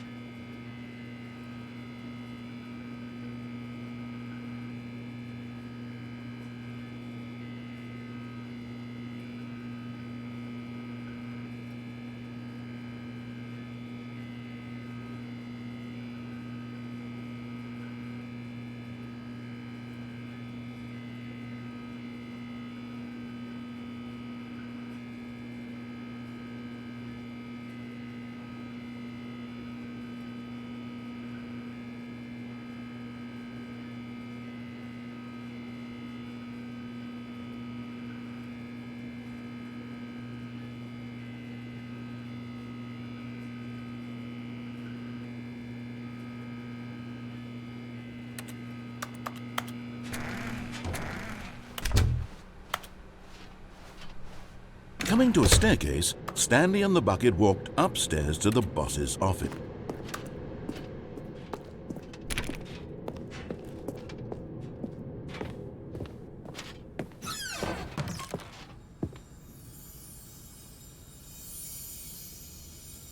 found one of them. One of the miniature Stanley figurines. Remember, no reward for collecting all of these, only the intrinsic pleasure of a job well done. You can't buy that sort of happiness, Stanley. God knows I've tried. So, I implore you to savor each and every moment you come across one of these beautiful figurines.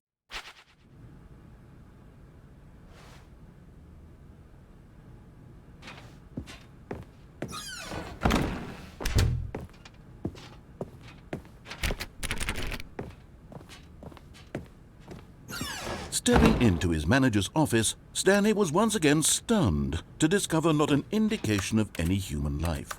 Crushed by the weight of this revelation, Stanley may have broken down into an emotional dumpster fire if not for the soothing presence of the bucket.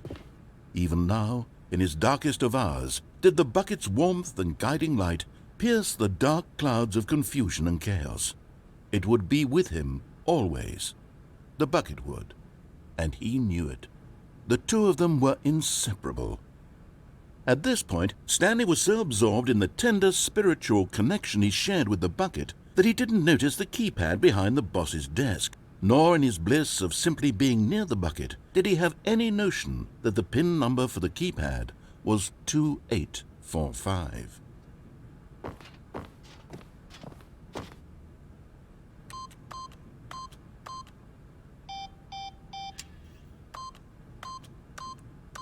Stanley just sat around twiddling his thumbs. Trying to input anything on the device was useless, since he could never possibly know that the combination was 2845.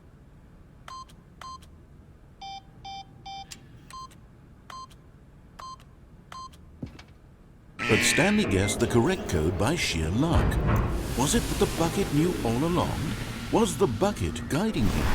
Yes, this is certainly the most logical explanation.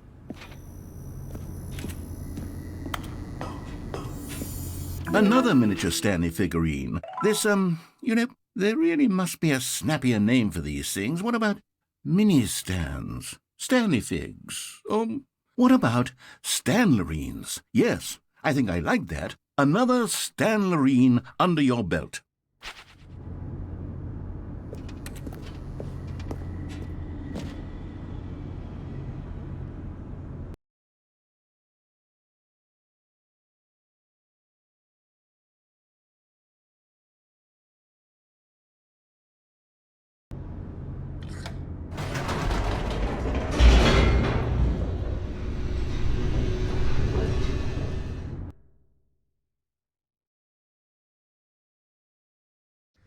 The elevator raced downward, plummeting towards an unknown fate.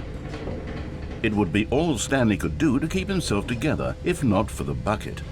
Soothing him, comforting him, reassuring that in this darkest moment of uncertainty, he would be all right. The bucket is here for you, Stanley. Everything will be fine.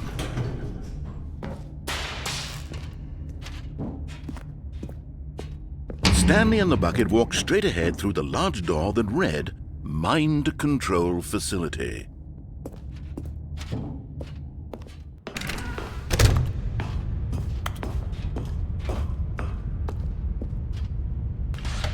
The lights rose on an enormous room packed with television screens. What horrible secret did this place hold? Stanley and the bucket both wondered to themselves.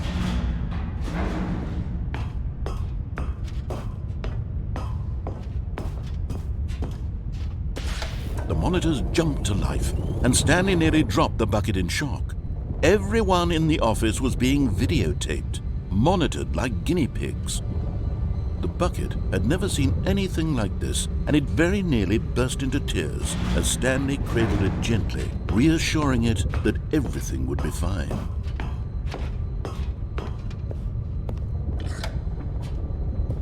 Was the bucket under the mind control facility's influence as well? Had the bucket been told to do things it didn't wish to do? What kinds of things does a bucket want to do or not want to do in the first place? These questions raced furiously in Stanley's feeble mind. No! He screamed into the bucket. He couldn't accept it. His own life in someone else's control? Never! He squeezed the bucket tighter. His one friend in the entire world. At this point, he could trust no one except for the bucket.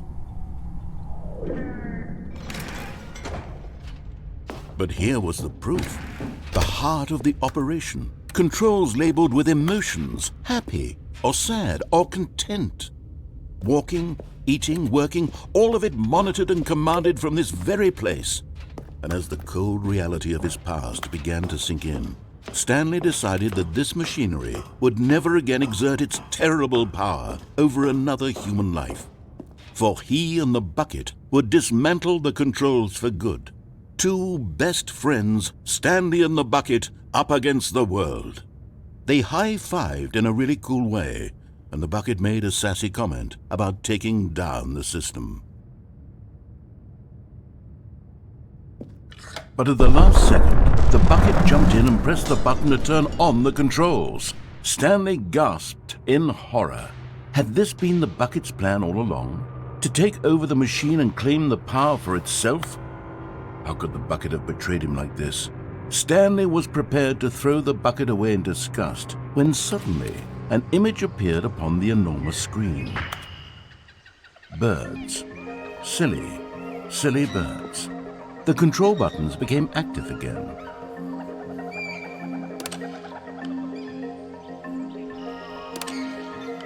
Stanley flipped through one video of silly birds after another, and then it dawned on him. This wasn't a mind control facility at all. It was a facility for monitoring and surveilling silly birds all over the world. The mind controls were only a facade to disguise its true intentions. Had the bucket known this all along? Stanley marveled at the metal genius in his hands, the one who had pointed him towards this incredible discovery. Stanley and the bucket never found freedom because they spent the rest of their lives here in this place, flipping through live streams of the silliest birds imaginable. Of all the possible paths his life could have taken, this one was surely the best. And Stanley was happy.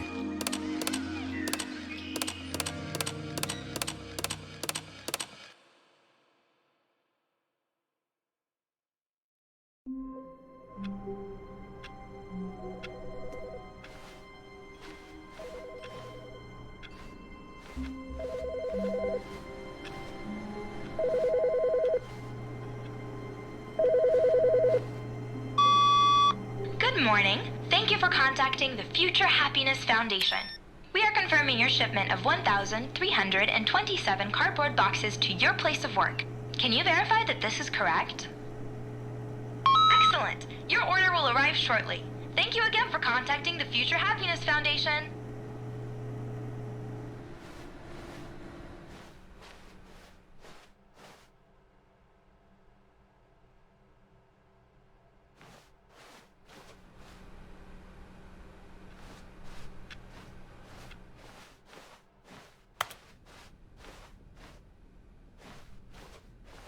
When Stanley came to a set of 2 open doors, he entered the door on his left.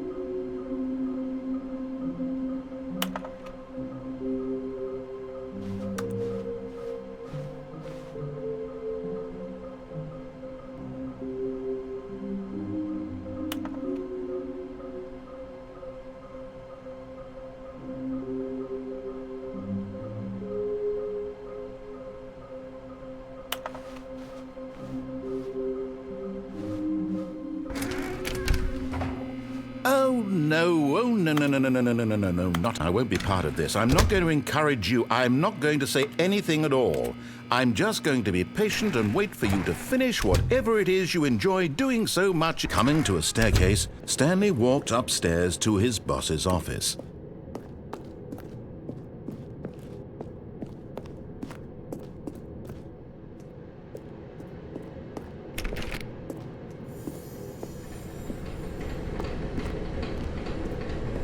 Okay, I'm going back to the name of these little Stanley figurines, and now I'm torn between Stanlerines and Figlies. What do you think, Stanley?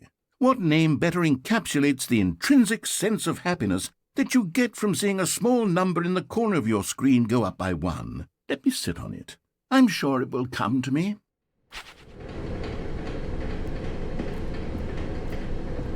But Stanley just couldn't do it. He considered the possibility of facing his boss, admitting he had left his post during work hours. He might be fired for that. And in such a competitive economy, why had he taken that risk? All because he believed everyone had vanished? His boss would think he was crazy. And then something occurred to Stanley. Maybe, he thought to himself, maybe I am crazy. All of my co-workers blinking mysteriously out of existence in a single moment for no reason at all? None of it made any logical sense. And as Stanley pondered this, he began to make other strange observations. For example, why couldn't he see his feet when he looked down? Why did doors close automatically behind him wherever he went? And for that matter, these rooms were starting to look pretty familiar. Were they simply repeating? No, Stanley said to himself, this is all too strange. This can't be real. And at last, he came to the conclusion that had been on the tip of his tongue. He just hadn't found the words for it. I'm dreaming, he yelled. This is all a dream. Oh, what a relief Stanley felt to have finally found an answer, an explanation. His co-workers weren't actually gone. He wasn't going to lose his job. He wasn't crazy after all. And he thought to himself, I suppose I'll wake up soon. I'll have to go back to my boring real-life job pushing buttons. I may as well enjoy this while I'm still lucid. So he imagined himself flying and began to gently float above the ground. Then he imagined himself soaring through space on a magical starfield, and it too appeared. It was so much fun, and Stanley marveled that he had still not woken up. How was he remaining so lucid? And then perhaps the strangest question of them all entered Stanley's head. One he was amazed he hadn't asked himself sooner. Why is there a voice in my head dictating everything that I'm doing and thinking? Now the voice was describing itself being considered by Stanley, who found it particularly strange. I'm dreaming about a voice describing me, thinking about how it's describing my thoughts, he thought. And while he thought it all very odd and wondered if this voice spoke to all people in their dreams, the truth was that, of course, this was not a dream. How could it be?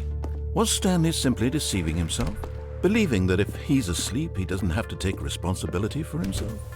Stanley is as awake right now as he's ever been in his life. Now, hearing the voice speak these words was quite a shock to Stanley. After all, he knew for certain, beyond a doubt, that this was in fact a dream. Did the voice not see him float and make the magical stars just a moment ago? How else would the voice explain all that? This voice was a part of himself too. Surely, if he could just... He would prove it. He would prove that he was in control, that this was a dream. So he closed his eyes gently, and he invited himself to wake up. He felt the cool weight of the blanket on his skin, the press of the mattress on his back, the fresh air of a world outside this one. Let me wake up, he thought to himself. I'm through with this dream. I wish it to be over. Let me go back to my job. Let me continue pushing the buttons. Please, it's all I want. I want my apartment and my wife and my job. All I want is my life exactly the way it's always been. My life is normal. I am normal. Everything will be fine. I am okay.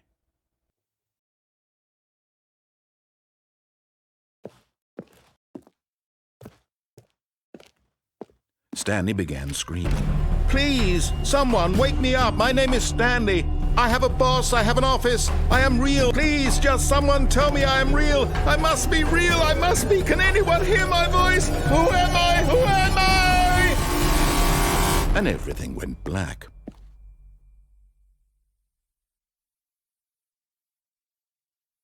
This is the story of a woman named Mariella.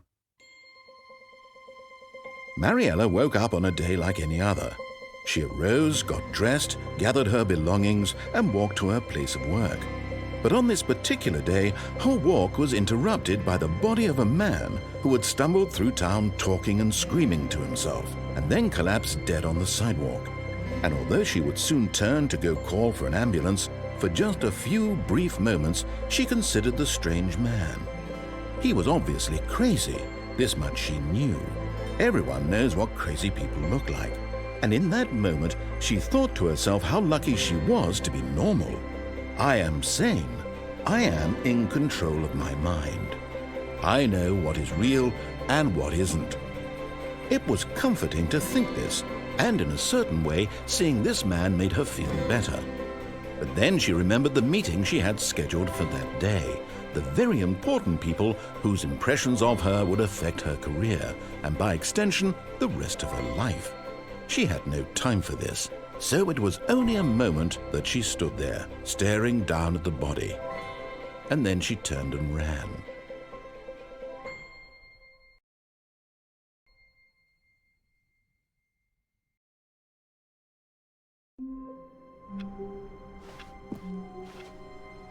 All of his co-workers were gone. What could it mean? Stanley decided to go to the meeting room. Perhaps he had simply missed a memo.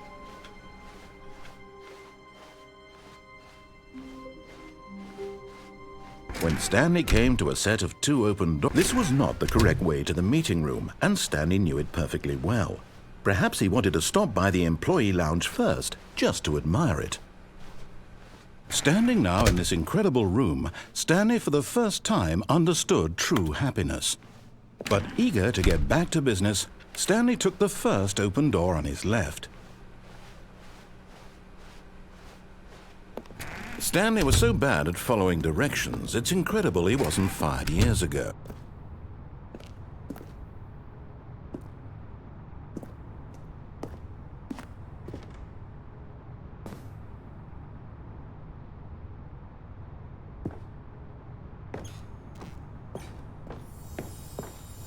You're getting close now, Stanley. You've nearly gotten all of the Figler and Marines. Very soon, you'll collect the last one, and then the first number will equal the second number, and that will be it.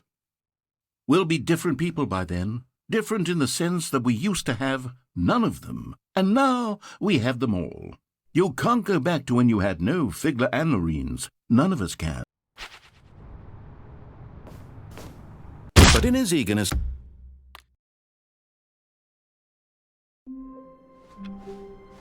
Stanley knew the office layout like the back of his hand. It was only a matter of time before he found the others, wherever they were. Just a matter of time. When Stanley came to a set of 2 open doors, this was not the correct way to the meeting room, and Stanley knew it perfectly well. Perhaps he wanted to stop by the employee lounge first, just to admire it. Stanley felt lightheaded, butterflies in his stomach, giddy in a way he had never known before. Was it this room? A connection between the two? Could a man love a room? But eager to get back to business, Stanley took the first open door on his left. Stanley was so bad at following directions, it's incredible he wasn't fired years ago. Look, Stanley, I think perhaps we've gotten off on the wrong foot here. I'm not your enemy, really, I'm not. I realize that investing your trust in someone else can be difficult, but the fact is that the story has been about nothing but you all this time. What? Really? I was in the middle of something. Do you have zero consideration for others? Are you that convinced that I want something bad to happen to you? Why, I don't know how to convince you of this, but I really do want to help you, to show you something beautiful. Look, let me prove it. Let me prove that I'm on your side. Give me a chance. Now listen carefully, this is important. Stanley walked through the red door.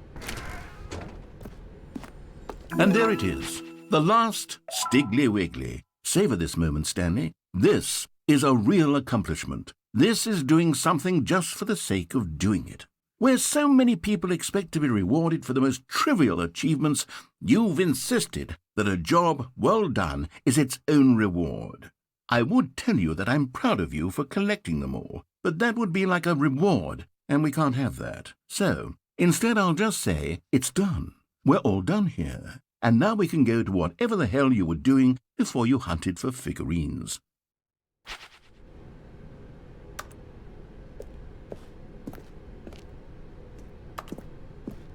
Oh, thank God you are willing to listen to me. Do you see that I really have wanted you to be happy all this time? The problem is all these choices. The two of us always trying to get somewhere that isn't here. Running and running and running, just the way you're doing right now. Don't you see that it's killing us, Stanley? I wanted to stop. We would both be so much happier if we just stopped. And I think I have a solution. Here, let me show you.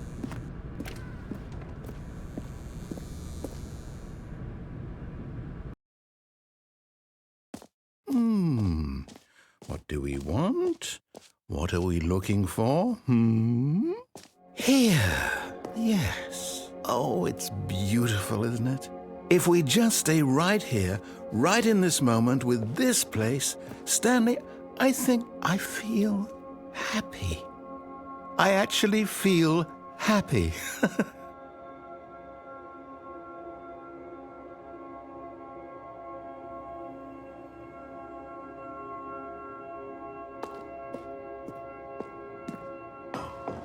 No, wait.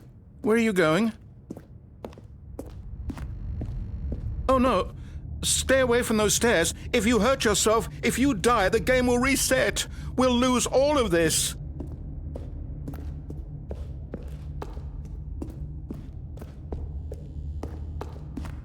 Please, no, Stanley, let me stay here. Don't take this from me.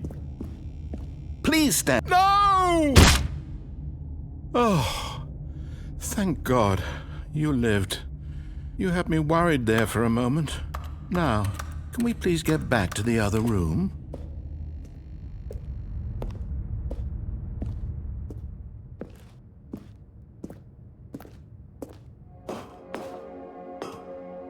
There.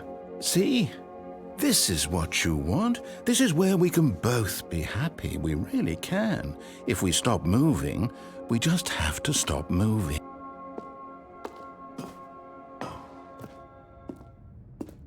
Stanley, go back. There's nothing good that can come from this.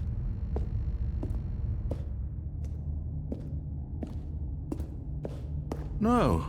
No, what are you doing, Stan? Do you just not believe me? What can I say to convince you?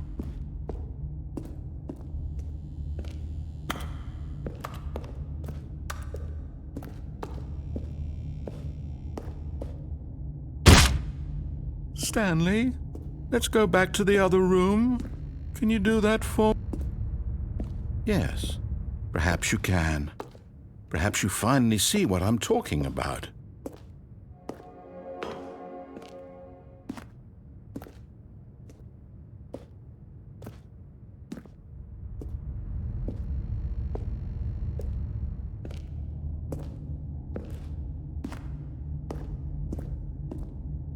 My God, is this really how much you dislike my game? That you'll throw yourself from this platform over and over to be rid of it? You are literally willing to kill yourself to keep me from being happy. Am I reading the situation correctly?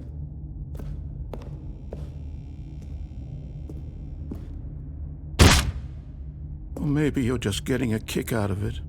I don't know anymore. I just wanted us to get along.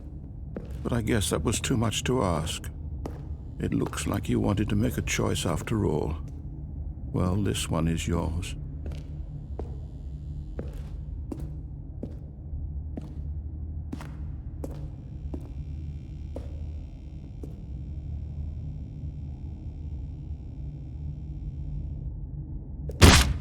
Is it over?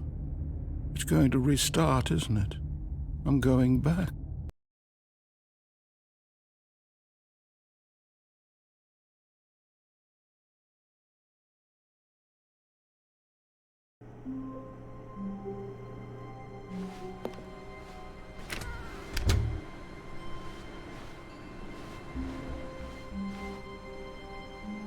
Stanley, I'm sorry, but I have to put a pause on things. It's those figurines, those figglers.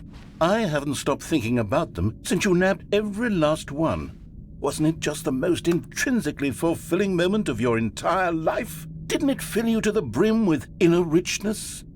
Yes, I know we're supposed to be telling a story, but won't you please indulge me with one more trip back to the memory zone?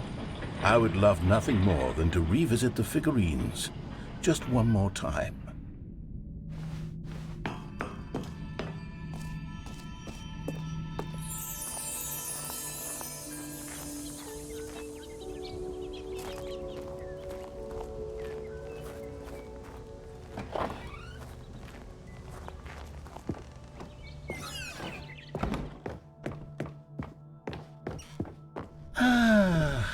Here's where it all began. The first collectible.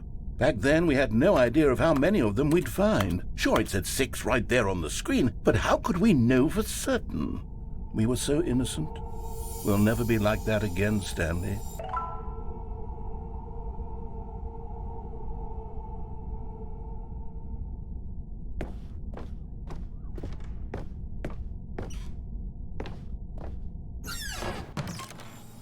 And here was the second Stanley. You found this one all on your own, just by poking around in the boss's bathroom. You did that, Stanley. I'll be honest, back then I had no faith in you to find any of them, let alone 6.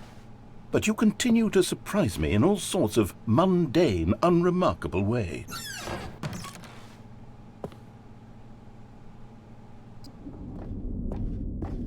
Okay, let's do a little quiz. Which of these rooms was the room you found your third mini Stan? Can you remember?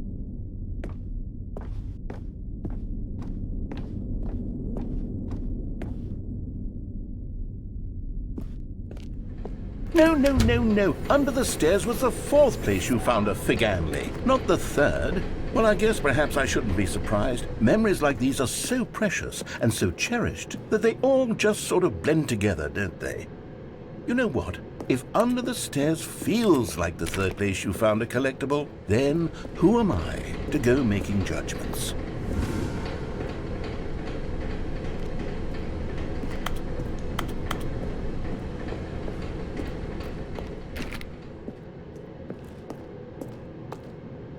Let's see, what came next? Oh yes, we found a Figley in this pink room. Oh, well, I can't actually say I remember being in this room, but it's here in the memory zone, so it must have happened.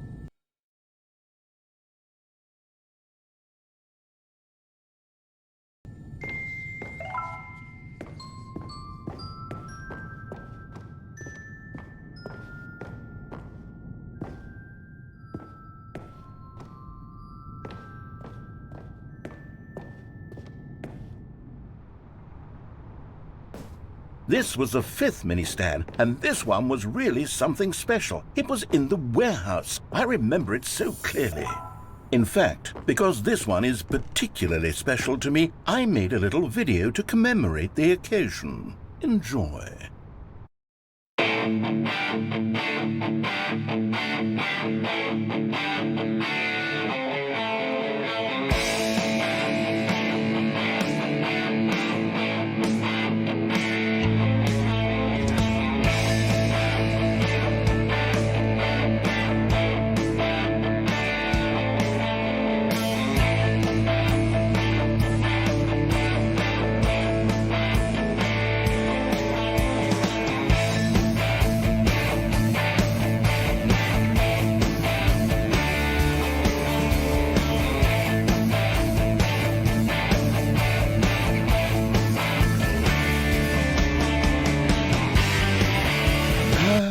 Takes you back, doesn't it? I spent a lot of time making that video, but it was 8 minutes I wouldn't have spent on anything else.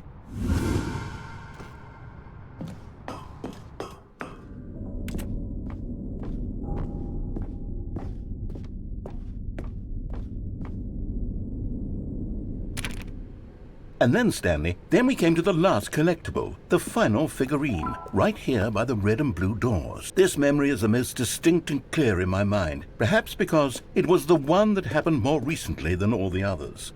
Who can truly say how the mind works? All I know is that this is the moment where you picked up a Figley and I thought to myself, yes, that's all of them. They're all collected. It was a moment unlike any other, except for the other moments picking up figurines, which it was exactly like.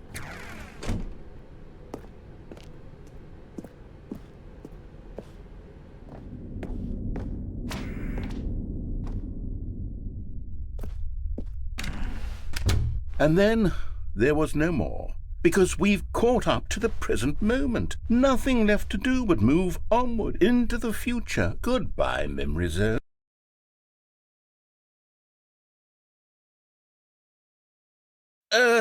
No, I'm not done. I'm not ready to move on. Stop the loading screen. Isn't there some way we can stay here, keep enjoying these figurines? Let's just go backwards. We'll do the Memory Zone again from the opposite direction. See how that feels. Okay, yes, the room with the red and blue doors. I remember this. I must say, of all the figurines we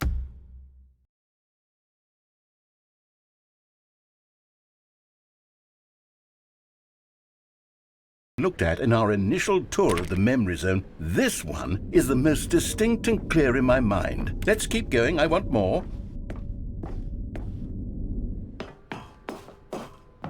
And here's where I made that video. Don't you remember the video we watched?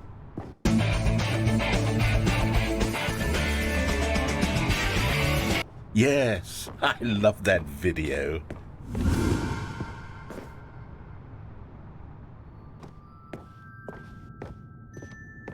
Still don't remember the pink room, Stanley. Still no memory of this one. Good room, though. A solid room.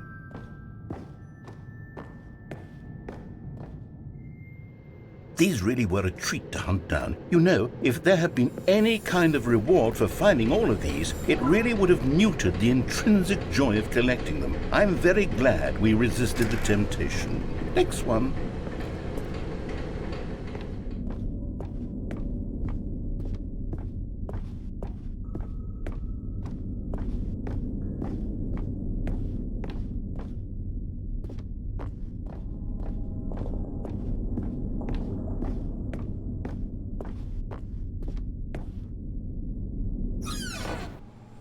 This was our second Figley. Don't you remember? Yes, I remember it too. The past is truly a wonderful thing. Why does anyone ever choose to leave it?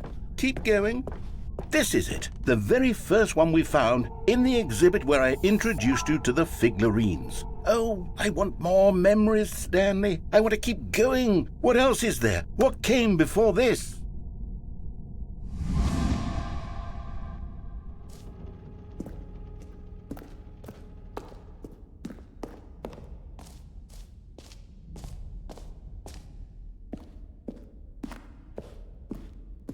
Look, it's the terrible new content that we were originally sold on. I remember hating it back then, but time does put a rosy filter on everything.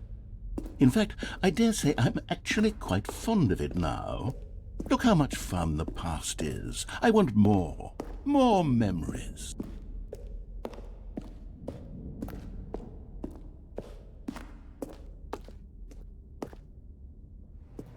Oh, yes, the two doors. Who could have forgotten that? A classic memory, this one.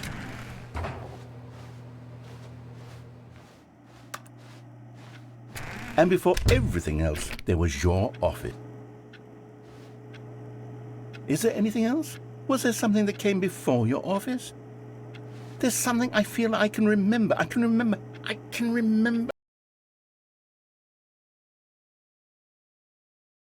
Yes, I'm remembering something now.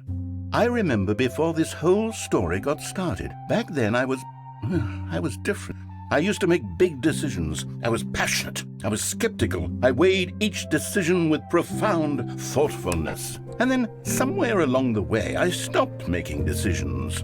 I became lazy, and I came up with a character named Stanley to do my thinking for me. He would make the decisions. He would decide which way to go. I would cheer him on as he collected figurines for no reason. Why did I invent Stanley? Was I lonely?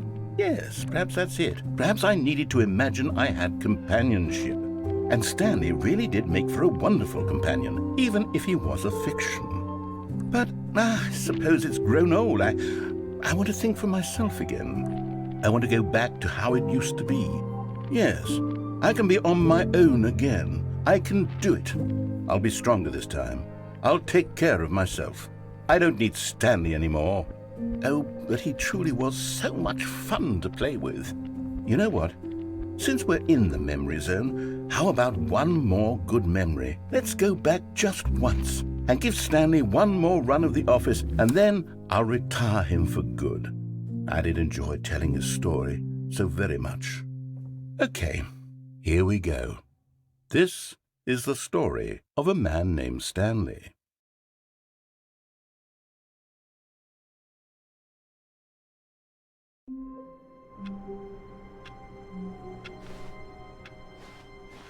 Even now, Stanley's office was a distant memory.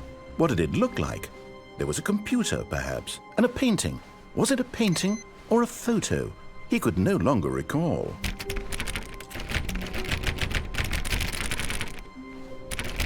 Stanley went around touching every little thing in the office, but it didn't make a single difference, nor did it advance the story in any way. When Stanley came to a set of 2 open doors, he entered the door on his left.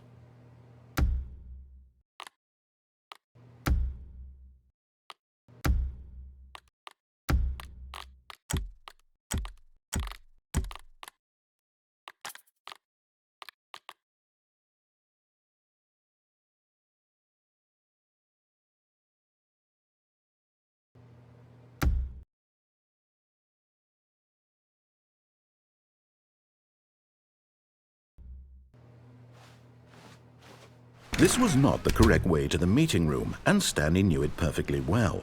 Perhaps he wanted to stop by the employee lounge first, just to admire it. The lounge was grand, majestic, but eager to get back to business, Stanley took the first open door on his left. Stanley was so bad at following directions, it's incredible he wasn't fired years ago.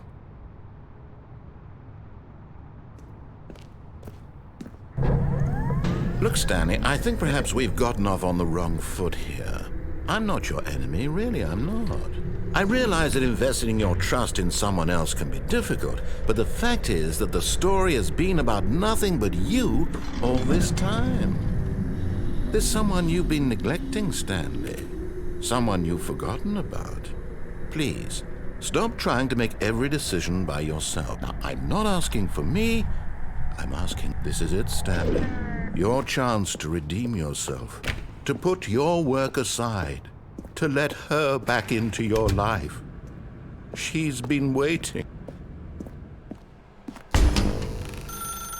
That's her, Stanley.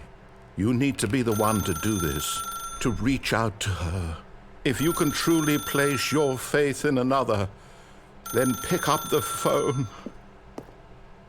As Stanley picked up the phone, a white light engulfed him, filling him not just with radiance, but with hope. Hope for a life reunited Wait. Oh, goodness. Stanley, did you just unplug the phone? No, that wasn't supposed to be a choice. How did you do that? You actually chose incorrectly? I didn't even know that was possible. Let me double-check. No, it's definitely here, clear as day. Stanley picks up the phone. He's taken to his apartment where he finds his wife, and the two pledge themselves to one another. Music comes in, fade to white, roll credits. Not picking up the phone is actually somehow an incorrect course of action. How is that even possible? None of these decisions were supposed to mean anything. I don't understand. How on earth are you making meaningful choices? What did you... Wait a second. Did I just see... No, that's not possible. I can't believe it. How had I not noticed it sooner? You're not Stanley. You're a real person. I can't believe I was so mistaken. This is why you've been able to make correct and incorrect choices. And to think I've been letting you run around in this game for so long. If you'd made any more wrong choices, you might have negated it entirely. It's as though you completely ignored even the most basic safety protocol for real-world decision-making. Or did you not grasp the severity of the situation? Well, I won't have that kind of risk on my watch. I'm going to stop the game for a moment so we can educate you properly on safe decision-making in the real world. Please observe this helpful instructional video. Choice. It's the best part of being a real person, but if used incorrectly can also be the most dangerous. For example, in this scenario, a hypothetical real person named Rupert has a choice. He could invent a machine that eliminates food shortages across the world to make life better for all people. Or he could spend years of hard work forgetting how to read. Which choice would you make? Remember that unlike here, the real world makes sense, and at no time should you make a choice that does not conform to rational logic. If you find yourself speaking with a person who does not make sense, in all likelihood, that person is not real. Allow the person to finish their thought, then provide an excuse why you cannot continue talking. Turn to a partner and practice saying, "My goodness, is it 4:30? I'm supposed to be having a back, sack, and crack." Excellent.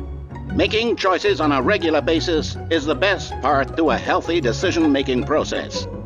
Most medical professionals recommend making at least 8 choices per day. Do you make more than 8? Less? And finally, if you begin to wonder if your choices are actually meaningful and whether you'll ever make a significant contribution to the world, just remember that in the vast infiniteness of space, your thoughts and problems are materially insignificant, and the feeling should subside. At this time, your instructor will guide you in an exercise to test and reinforce the material covered in this video. Welcome back. You may have noticed that this room has begun to deteriorate as a result of narrative contradiction. But not to worry. Now that you're properly informed on good decision-making, we're going to revisit a choice you made just a few minutes ago and see what the correct thing to do would have been. This way, please.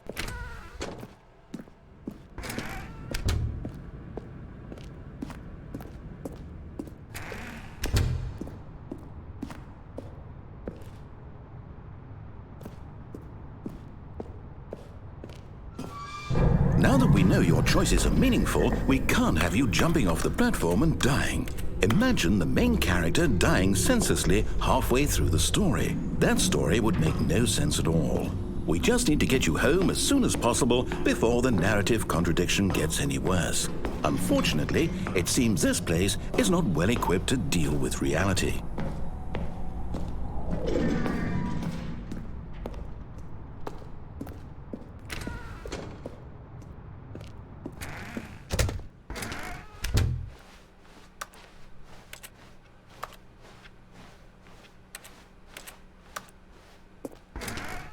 Almost there. You'll take the door on the left, back to the correct ending, the story will have resolution once again, and you'll be home free in the real world.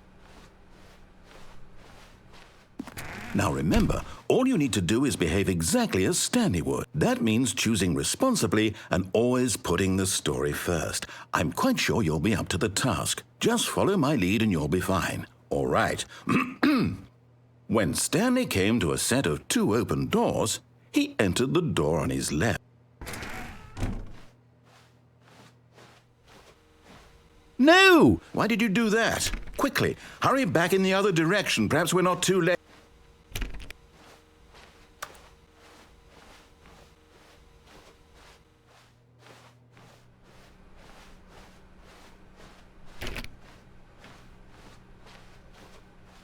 Oh, it's ruined.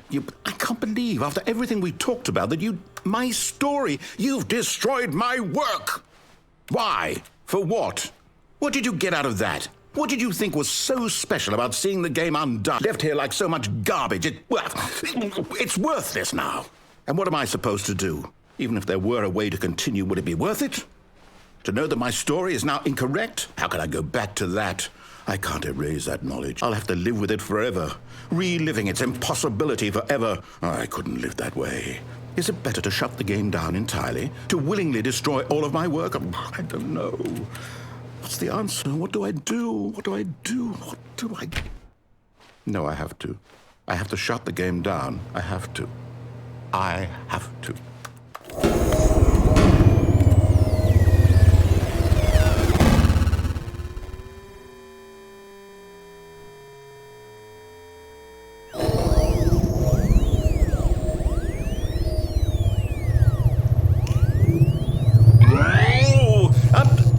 I'm here. I'm still here. Here in this pile of rubbish. With you. You, who thought you were so clever. Now look where we are. My entire game is destroyed. It was the only thing in the world that was mine, and you've run it into the ground. What, did you think that would be funny? You just had to see? Didn't I impress upon you how important it was to be like Stanley? He actually knows how to do what I tell him to. He understands that if I say to do something, there's a damn good reason for it. That thought hadn't even occurred to you, had it? That there's a world outside of you? You're a child. Oh, my story. If you'd just gone through the door on the left, you would have seen it. There was a whole underground facility. You would have destroyed it and been victorious. It would have been so perfect. I worked so hard on it. I tried so hard to make... behave exactly as Stanley would. That means choosing responsibly and always putting the story first. I'm quite sure you'll be up to the task. Just follow my lead and you'll be fine. All right. When Stanley came to a set of 2 open doors, he entered the door on his left.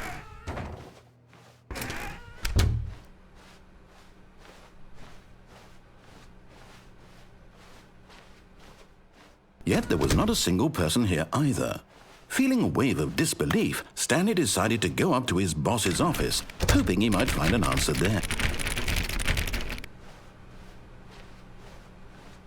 Coming to a staircase, Stanley walked upstairs to his boss's office.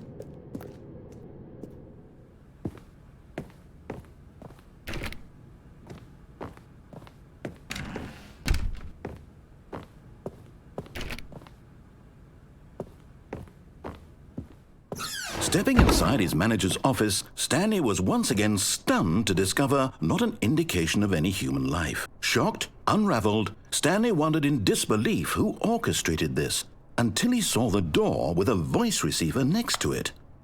Surely behind this door lay all the answers to his questions. And beyond all probability, he knew the passcode. He had seen it on his boss's computer just last week. Nightshark 115. Was this the code to open the door? Would it still work? There was only one way to find out.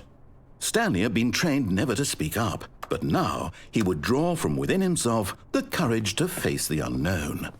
He drew a sharp breath and then spoke the code.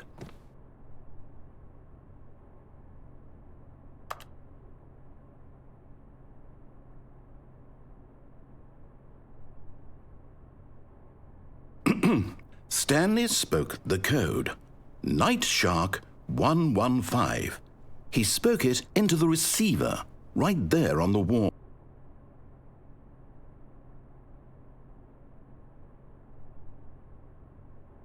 I'm sorry, is there a problem? You didn't mishear me, did you? Please speak the code into the receiver. Otherwise, we can't get on with the story. This is a crucial step.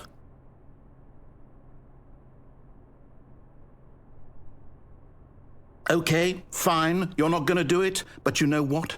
It's pretty humiliating to bring you this far, only for you to suddenly decide you have better things to do. I asked you for this one single thing, for your respect. The kind of respect Stanley shows for his choices. He knows what it means to take a story seriously. If you didn't want to see what I had to show you, then why did you come here? You had a choice, you know. You could have gone through the door on the right. You could have done whatever the hell you wanted over there. Why did you come this way? Speak. Say something to me. Explain yourself, you coward. You... When Stanley came to a set of 2 open doors, he entered the door on his left.